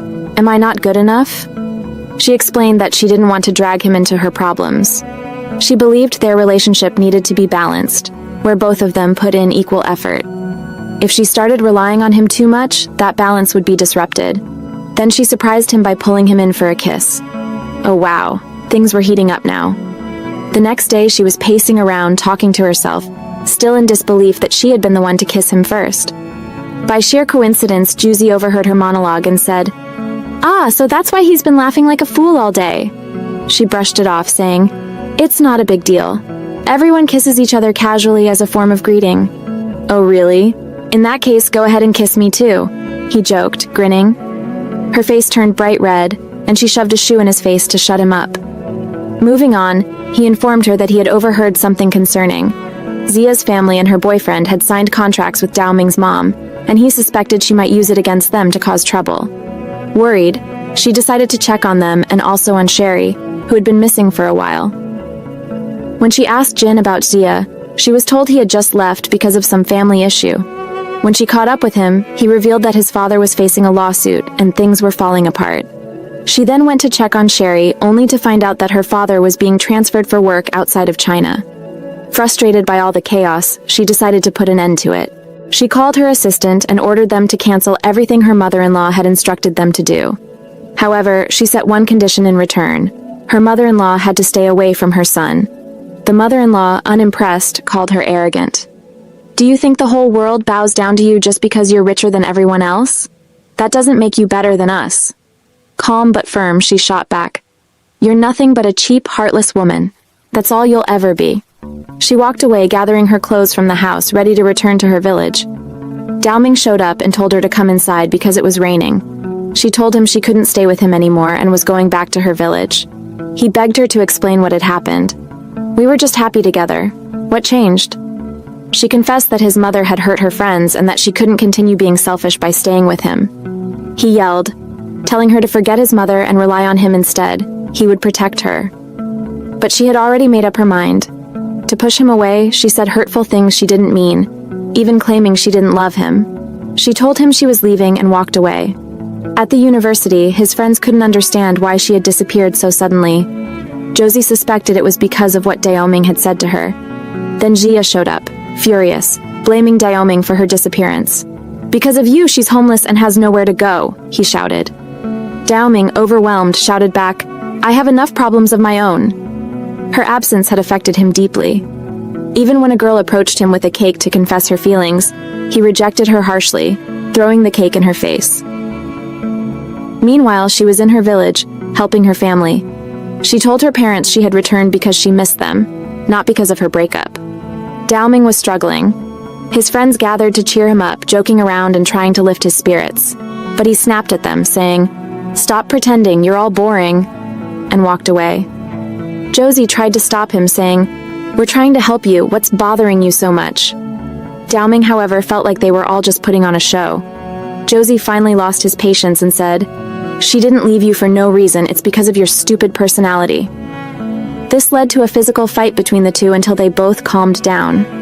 Dao Ming walked away in silence, trying to cool off. Back in the village, she was helping her mother in their family restaurant, cooking her own recipes. One day, the owner of the building approached them, saying she wanted to partner with them and wouldn't charge rent anymore. Her mother refused, saying her daughter's recipes weren't for sale and that she didn't want anyone else to know them. But she suggested they wait, as her daughter could easily come up with new recipes. Both parties agreed, and everything went smoothly. As time passed, she became very successful at the restaurant. Customers were amazed by her cooking, taking videos of her as she worked. One of these videos went viral, and Dao Ming saw it online by chance. He was proud of her, but also deeply emotional. Josie decided to tell him where she was, urging him to go see her. But Dao Ming was angry. "Why should I go? She left me so easily. If you want to see her, go by yourself. Don't drag me into it." The next day, Josie went to see her in the village. "I'm here to take you back home," he told her. She invited him to eat with her family. Embarrassed, she didn't know what to say. Josie explained to her parents that she had been away from university for too long and couldn't stay in the village any longer, even if she wanted to. Later, as they walked together, he told her, "When you return, you'll probably run into Dao Ming. You should be prepared for that." Josie didn't understand why she couldn't just tell Dao Ming her fears, but she loved him too much to burden him. She knew their relationship wouldn't survive because of his mother, so there was no point in giving him false hope. Dao Ming, unaware of her reasoning, continued to watch her videos obsessively, his heart breaking. Eventually, she returned to the city with Josie. While looking for a place to rent, she discovered that Dao Ming's friends had already taken care of everything and had prepared a space for her. "Don't worry," they told her. "We've got it all sorted out." When they arrived, her friends were waiting for her, along with Xiaoji, and they had prepared the apartment for her. They even bought the furniture at their own expense. They all sat down to celebrate together, and she felt happy to have friends who cared for her and worried about her. Meanwhile, Daoming saw the photos she had posted with them, showing her smiling and having a great time while he was drowning in his sadness.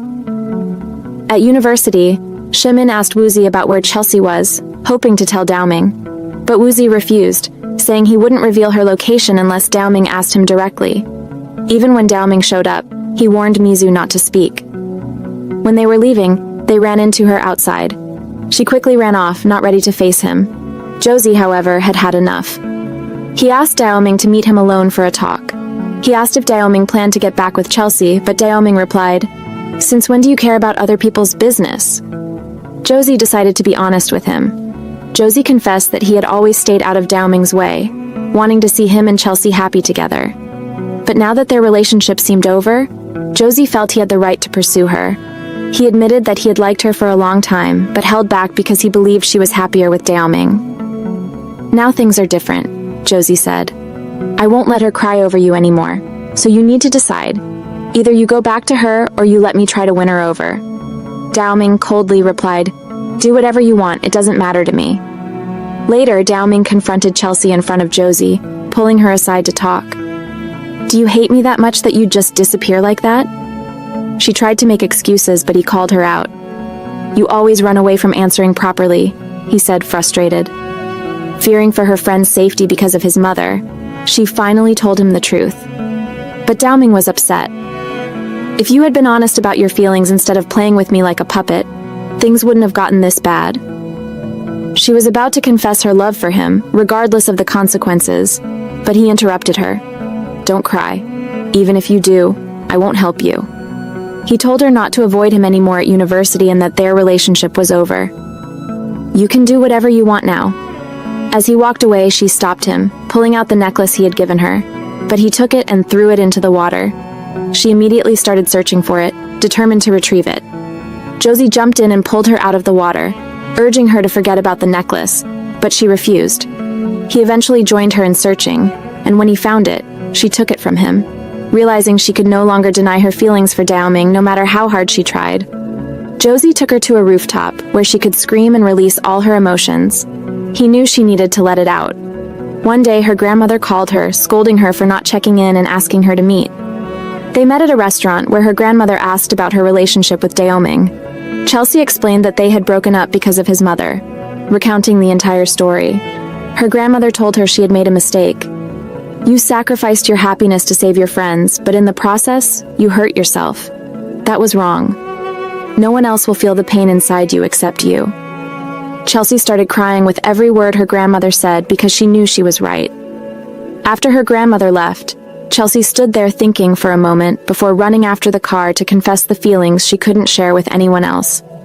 She admitted that she still loved Daoming and couldn't stay away from him.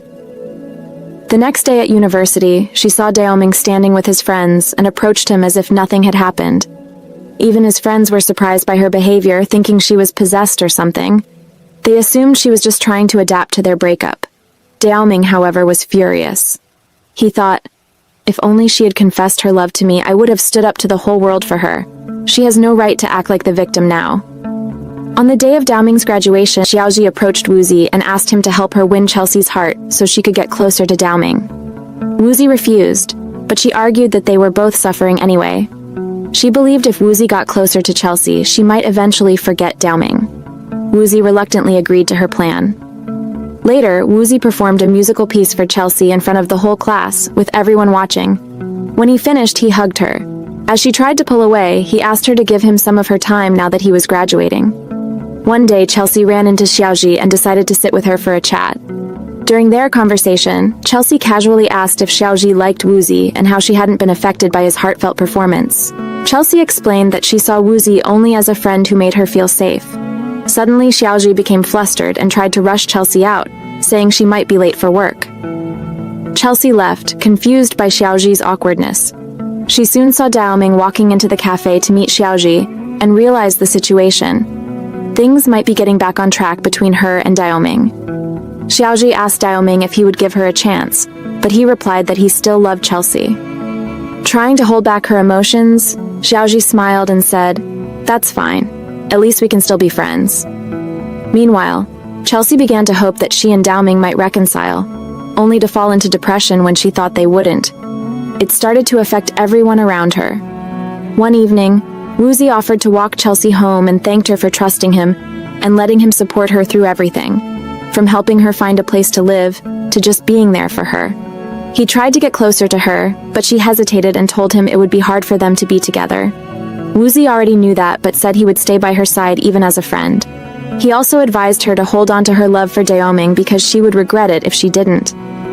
The next day, Daoming woke up determined to do what he had to before it was too late.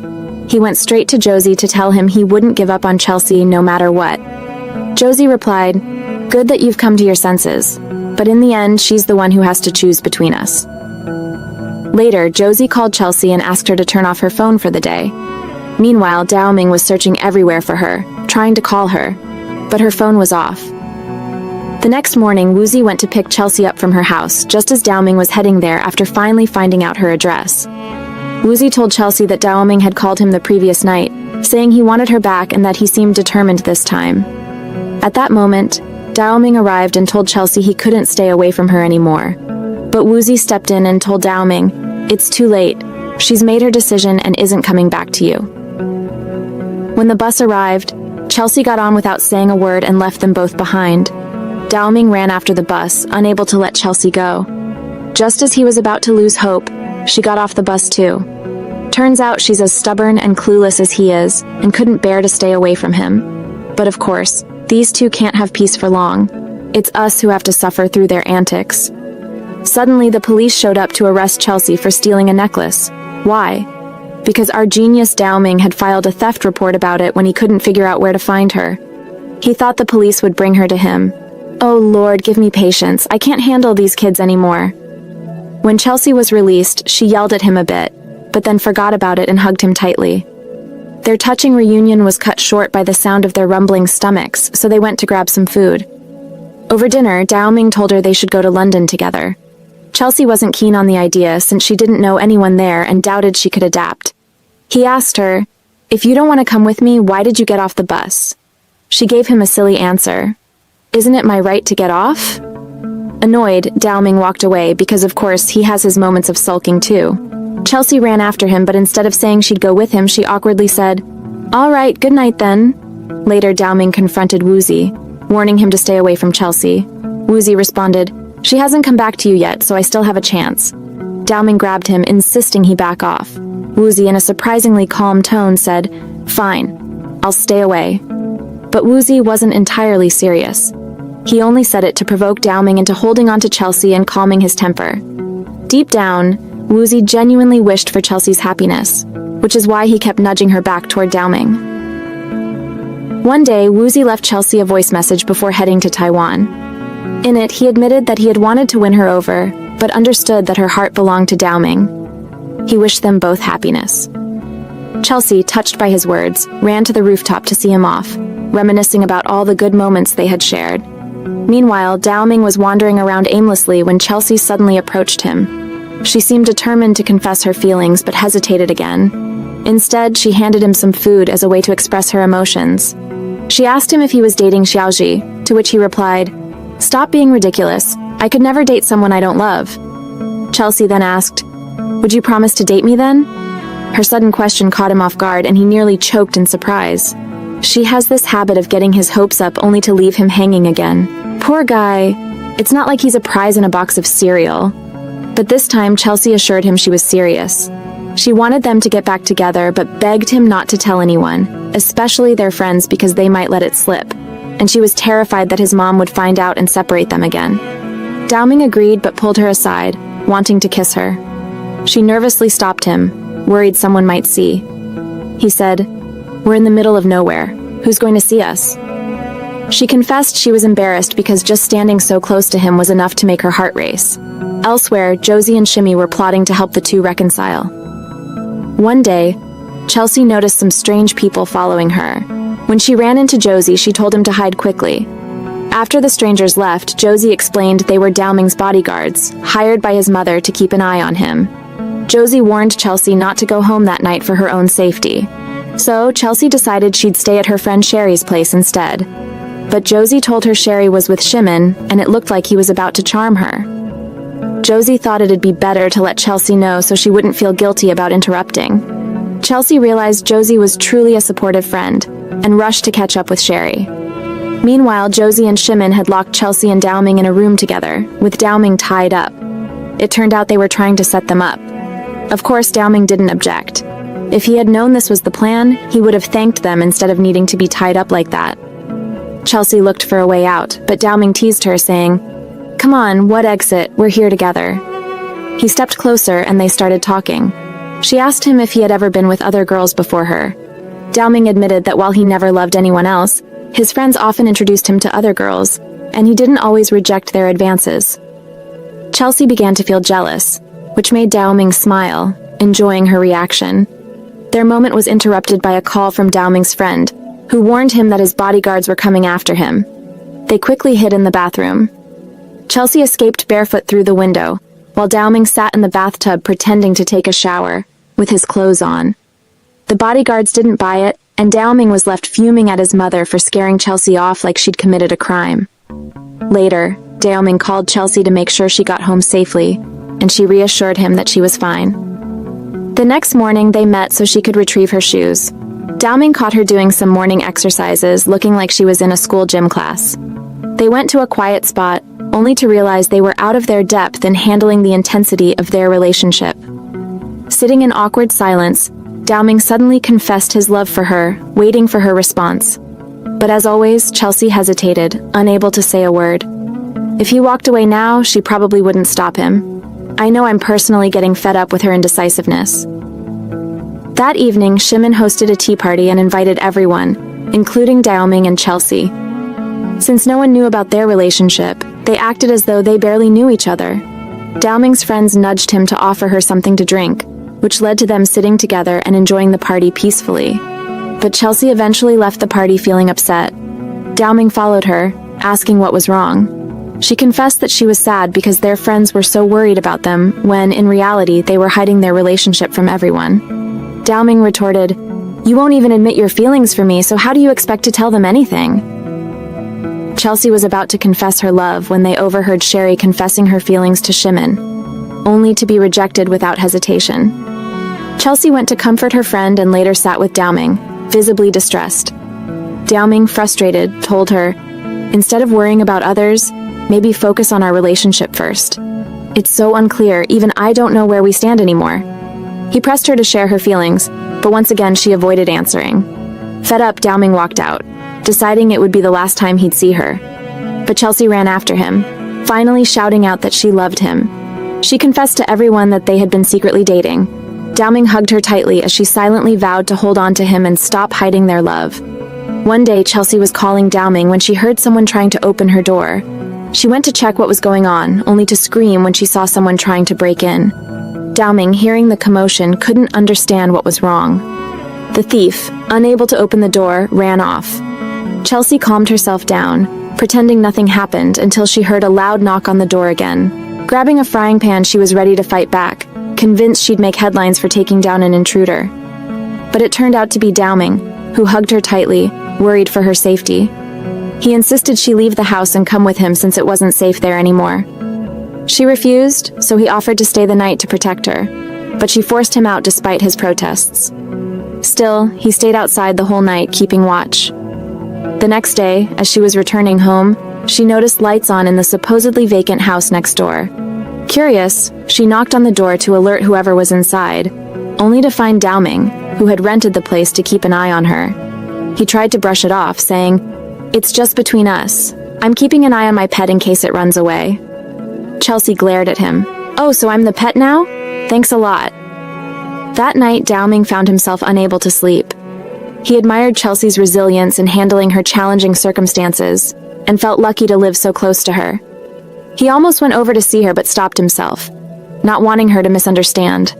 Instead, he went out for fresh air, only to bump into her outside. Sitting together, she asked him why he was awake. He confessed he couldn't sleep and cheekily asked her for a hug before she left. "Just one hug?" she asked skeptically. "Come on, why not make it two?" he teased. But he knew deep down that if she indulged him, he wouldn't let her go. He was greedy like that. The next day, Chelsea returned home and found him missing. She waited for a long time, growing frustrated because all she could think about was him. Hearing scratching noises, she went to investigate and found him swatting mosquitoes. Annoyed, she scolded him, saying the place was too tough for him to handle and he should return home. But he insisted, "I want to adapt to life here and be a part of your world." Feeling moved, she offered, "If you can't sleep, I'll stay with you tonight. But don't get any ideas. It's like how your mom used to sleep next to you when you were little." Daoming smirked. "But my mom used to hug me like this." She rolled her eyes and jokingly sang, let's sleep, I'll cook us a feast of pigeons tomorrow." "Your singing is awful," he retorted, pretending to cover his ears. She playfully pinched his ear to teach him a lesson. As they settled in, she admitted she felt happy for once because he was trying to understand her life better. Daoming, touched, whispered that he wanted to turn around and hug her, but she was already fast asleep. One day, as she was heading home, she noticed his bodyguards lurking nearby. Panicked, she called him to warn him, only to find out he was already inside. Rushing in, she grabbed him, and they decided to find a safe place to hide.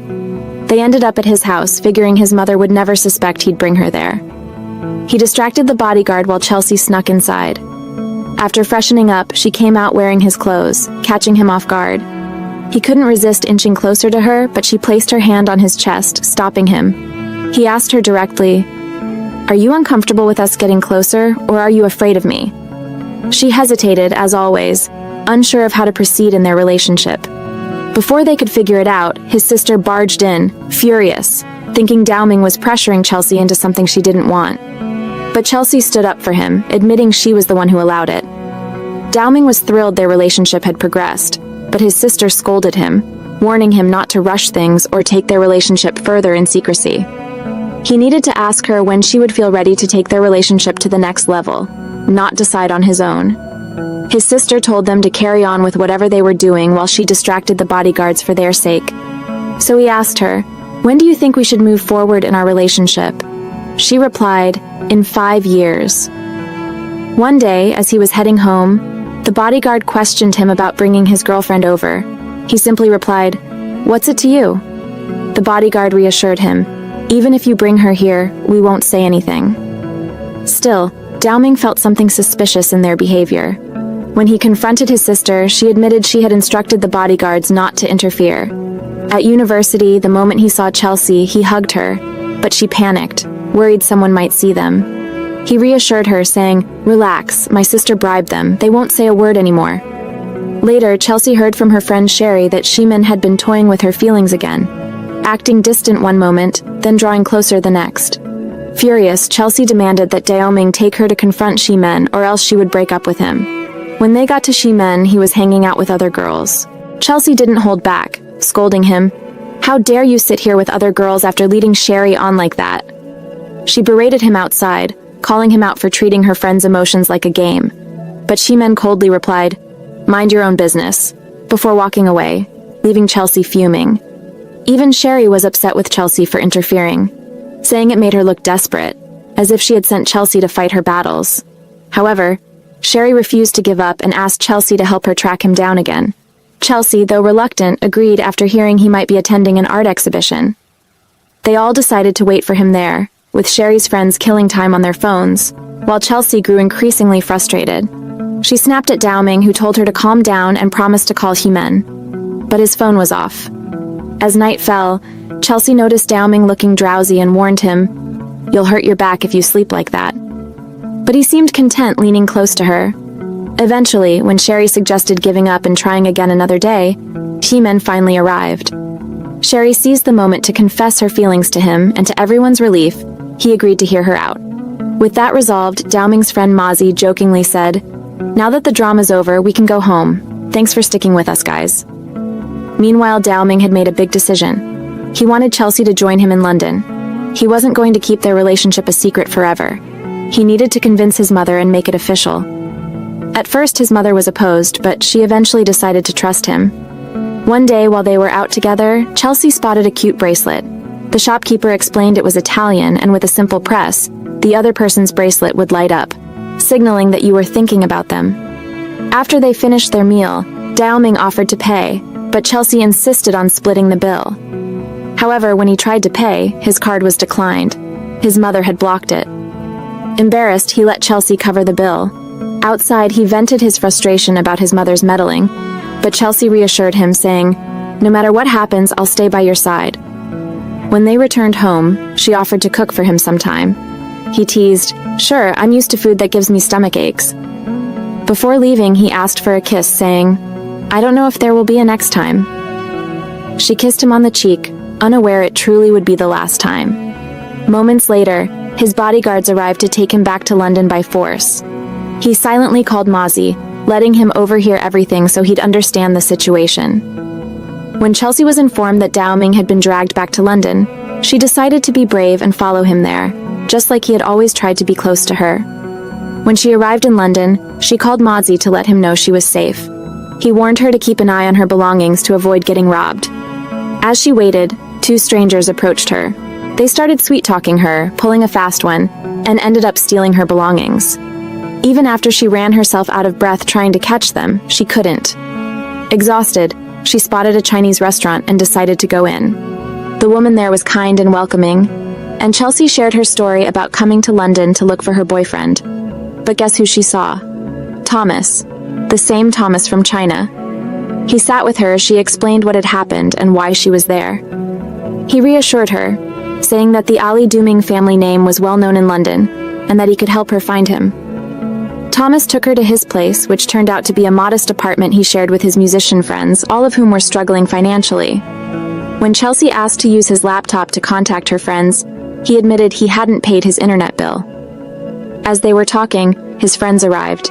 The moment Chelsea saw them, she exclaimed, "You thieves! It's you!" They sheepishly apologized, admitting they had sold her phone and spent the money, though they still had her wallet. Chelsea sat in disbelief, thinking how cursed her luck was, but she decided to forgive them and told them to quit stealing. The next day, Thomas took her to Dao Ming's house. The moment she arrived, she met his grandmother, who welcomed her warmly and invited her in. But she warned Chelsea to stay calm and composed, saying, "God help us." When Chelsea finally saw Dao Ming, his demeanor was cold, and he seemed indifferent to her presence. He told her to leave, saying he no longer wanted to be around her. Chelsea, however, suspected he was pushing her away because of his mother. Eventually, Dao Ming admitted that his company was going through a crisis, and he needed to fix things. He told her he couldn't just leave everything behind to be with her, because he wasn't selfish like she was. His words broke her heart and she left feeling crushed. The truth, however, was that Dao Ming was acting this way because of his mother. The company was on the brink of collapse, and unless he married to secure her father's trust, everything would be lost. Later, Chelsea went out with Thomas, who offered to walk her home. On the way, they ran into Mozzie, who had been worried sick since her phone had been stolen. She told him everything, including how Dao Ming had kicked her out. The next day, Chelsea woke up still upset. Mozzie tried to comfort her, saying he knew Dao Ming wouldn't act this way unless there was a good reason, especially since his company was in crisis. To cheer her up, he suggested they go out for some fresh air and bought her ice cream. But of course, he forgot his wallet, turning their outing into a broke adventure for two. They later went to thank Thomas for helping Chelsea, despite his friends having robbed her. Mozzie even insisted on treating Thomas and his friends to a meal. During the meal, Thomas asked Mozzie why he had come to London after Chelsea. "Do you have feelings for her?" he asked. Mozzie admitted, "Yes, I love her." Thomas then confessed that he too had feelings for Chelsea. He explained how the first time he met her, she had accidentally confessed her love, mistaking him for Mozzie. Chelsea quickly yelled, "That's because I thought you were Mozzie." She explained that at the time she was playing the piano with her grandmother and hadn't realized who she was talking to. Then came the moment of reckoning, the bill. You all know this was bound to be a disaster. Mozzie suddenly realized he had forgotten his wallet. He exclaimed, "Oh no, my wallet isn't in my pocket." Feeling embarrassed, he suggested, "How about we earn our meal instead? See that piano over there?" They started playing music for the crowd to make it through the day without ending up in jail. One day, his grandmother went to check on him and asked if he needed anything. He replied that he wanted a dish from an old recipe. She was about to prepare it for him, but he decided to go and eat it directly from her hands. At that time, Chelsea was on the balcony packing her bags to return to China. Mozzie asked her if she wanted to see him one last time, but she replied, "What difference does it make? He abandoned me either way." Mozzie hugged her, not wanting to see her in that state. Meanwhile, Dowming arrived and saw them together. As Chelsea and Mozzie were leaving, Dowming approached them. Mozzie, unimpressed, told Dowming he didn't deserve her love. Dowming opened the car door for Chelsea and asked her to cook for him, as she had promised. She got into the car without replying, but after a moment she changed her mind and got out to fulfill her promise one last time. They decided to spend one last day together. When they arrived at a restaurant, it turned out Dowming knew the owner. She cooked the same dish Chelsea always made for him, and Dowming had been eating there for a while. As they sat down, Dowming confessed, "I've never truly tasted food or even understood if I loved the person in front of me or not. I didn't even know if I was happy or not. But meeting you changed my outlook on life. I'm not the same person I used to be. But despite my love for you, I don't know how to protect you."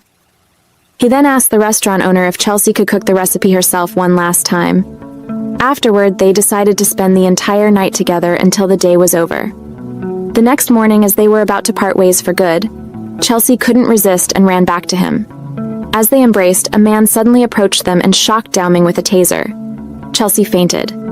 When she woke up, she found herself on an island with Dowming lying unconscious beside her. When he woke up, he was surprisingly fine, acting as if nothing had happened. But back home, his mother was in chaos, furious because he was supposed to sign a contract with her business partner's father that day. Why would he be kidnapped on such a crucial day? She even received a video of Chelsea and Dowming tied up, with a ransom demand. On the island, Dowming and Chelsea wandered around, searching for food until they found a bag with fishing tools, a lighter, and some water. They decided to rely on themselves to survive. At night, Dowming wanted to keep watch in case there were wild animals nearby. Chelsea, scared, hugged him tightly. He reassured her and went to scout the area but returned quickly to calm her fears. She, worried, followed him, feeling like someone was approaching her. But it turned out to be nothing. The next morning, Chelsea woke up to find Dowming gone, but he soon returned. He had spent the entire night fishing for squid. While they were sitting together, he told her that he didn't deserve her and that Mozzie must have taken good care of her while he had hurt her with his words. She yelled at him, frustrated that he was acting like a fool, trying to push her toward someone else. She told him he was being ridiculous. He promised her that he would never abandon her again, no matter what.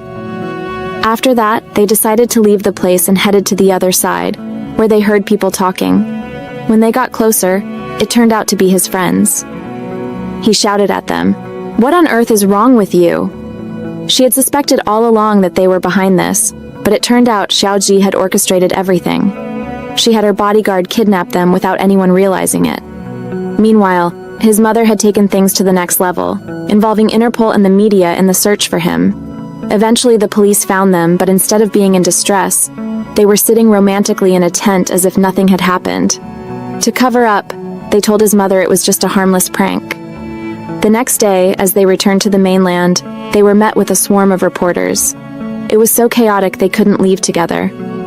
Chelsea got pushed aside in the crowd, unable to get through. Then out of nowhere, a man with a knife stabbed Dowming. He was rushed to the hospital, and thankfully the surgery was successful. However, he hadn't regained consciousness yet. His friends were taken in for questioning, as they were the last ones with him during the prank. When his mother arrived, she lashed out at Xiaoji for what she had done.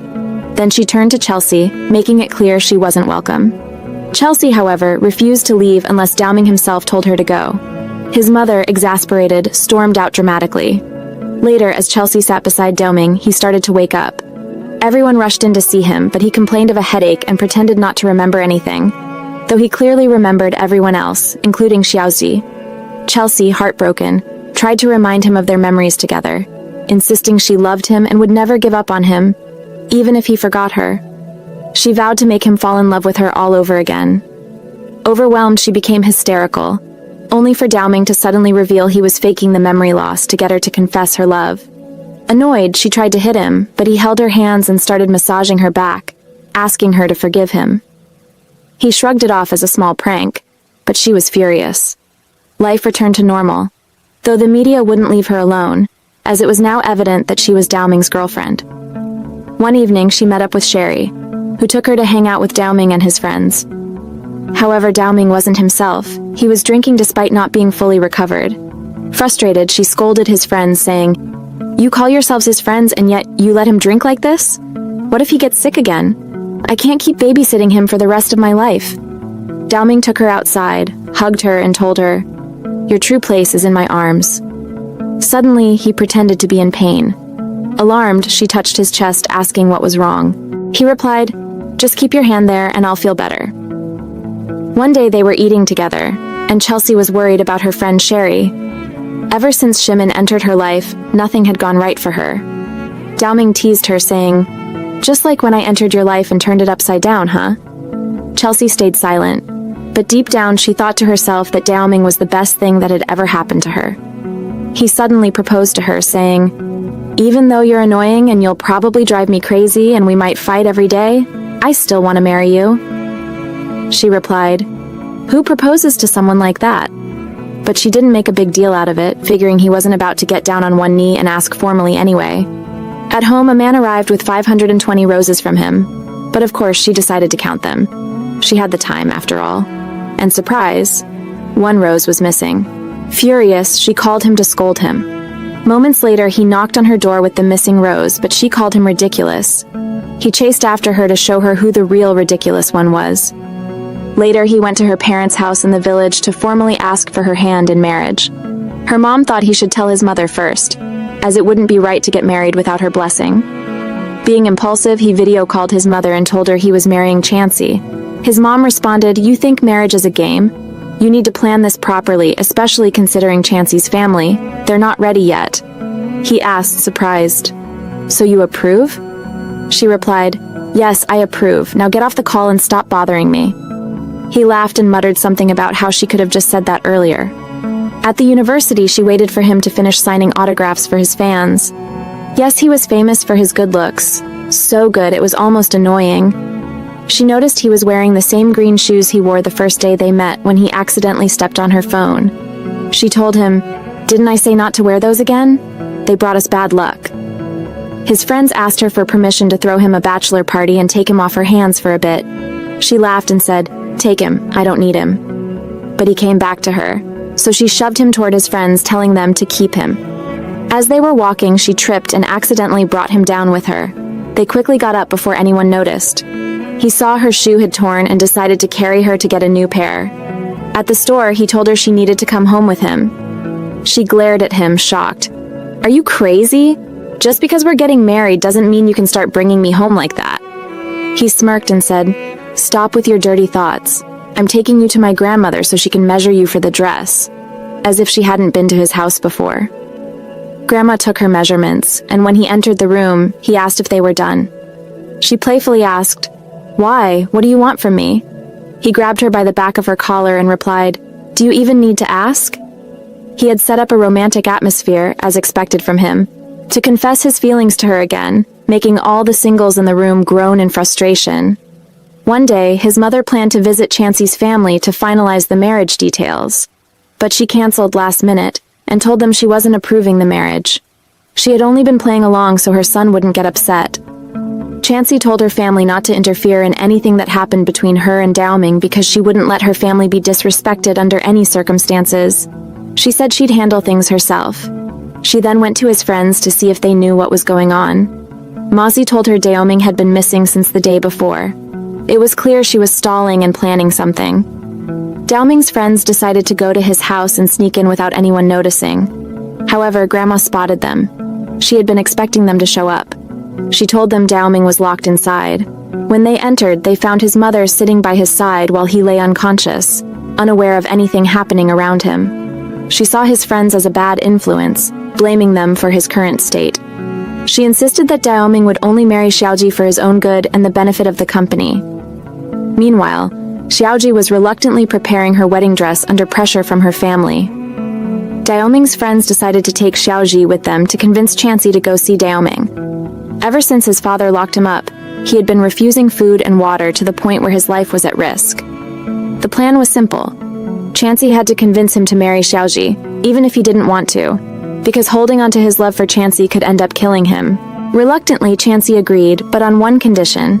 Xiaoji must not invite her to the wedding under any circumstances, as she wouldn't be able to wish them happiness.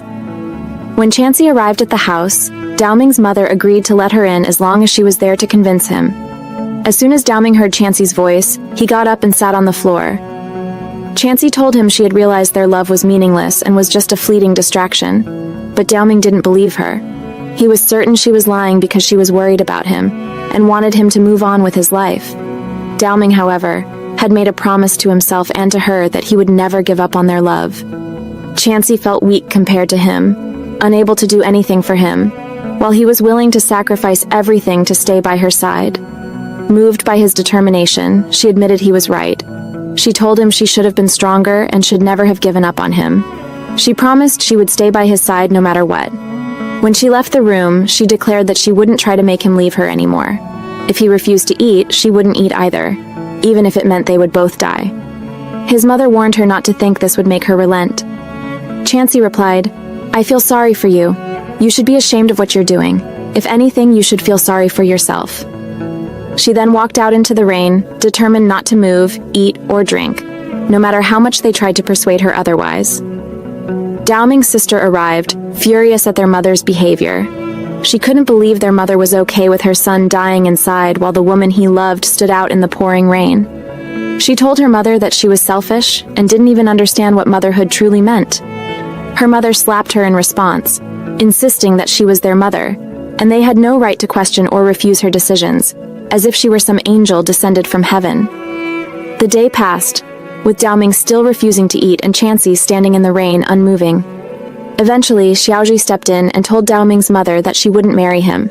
Her father also opposed the marriage, urging Dao-ming's mother to let go and allow the couple to reunite. In return, Xiaozhi presented the finalized business contract Dao-ming's mother had wanted all along. Finally, they told Chansey that everything had returned to how it used to be, and no one would separate her and Dao-ming again.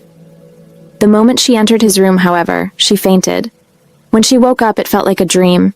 She heard Shimin telling her that Dao-ming had left for London and was going to marry Xiaozhi. Not this again, she thought. How many times are we going to repeat this cycle? What is this, some endless loop like in a movie? Just then, she bumped into a man and fainted again. When she regained consciousness, Dao-ming was there, waiting for her in a suit. He told her he'd only marry her if she obeyed him. She found his words strange, as if he had reverted to his old narcissistic self. Suddenly, he disappeared, and Dao-ming's sister appeared, telling Chansey to choose one of the F4 guys to marry instead. Chansey refused all of them because she only loved Dao-ming. They then revealed the ultimate plan. If you won't marry anyone else, the only option left is to marry Dao-ming himself. The groom entered, proposing to her for real this time. Everyone laughed, teasing her for falling for their trick so easily. His sister nudged him forward, saying, "Go on, bro. Marry her already and let's wrap this up." Finally, they got married, putting an end to their endless drama, which had been giving everyone a headache. One day, they smelled something burning and discovered that Dao-ming's mother had tried to make them breakfast but failed miserably. She told them it was the first and last breakfast she'd cook for them because she planned to leave, live independently, meet new people, and finally take control of her own life. She was tired of burying herself in work and wanted a fresh start. Days turned into weeks, and the couple lived their life happily, playing around, joking, and exploring places together like any other married pair. Don't forget to subscribe for more. Check out more recaps you'll absolutely love right here.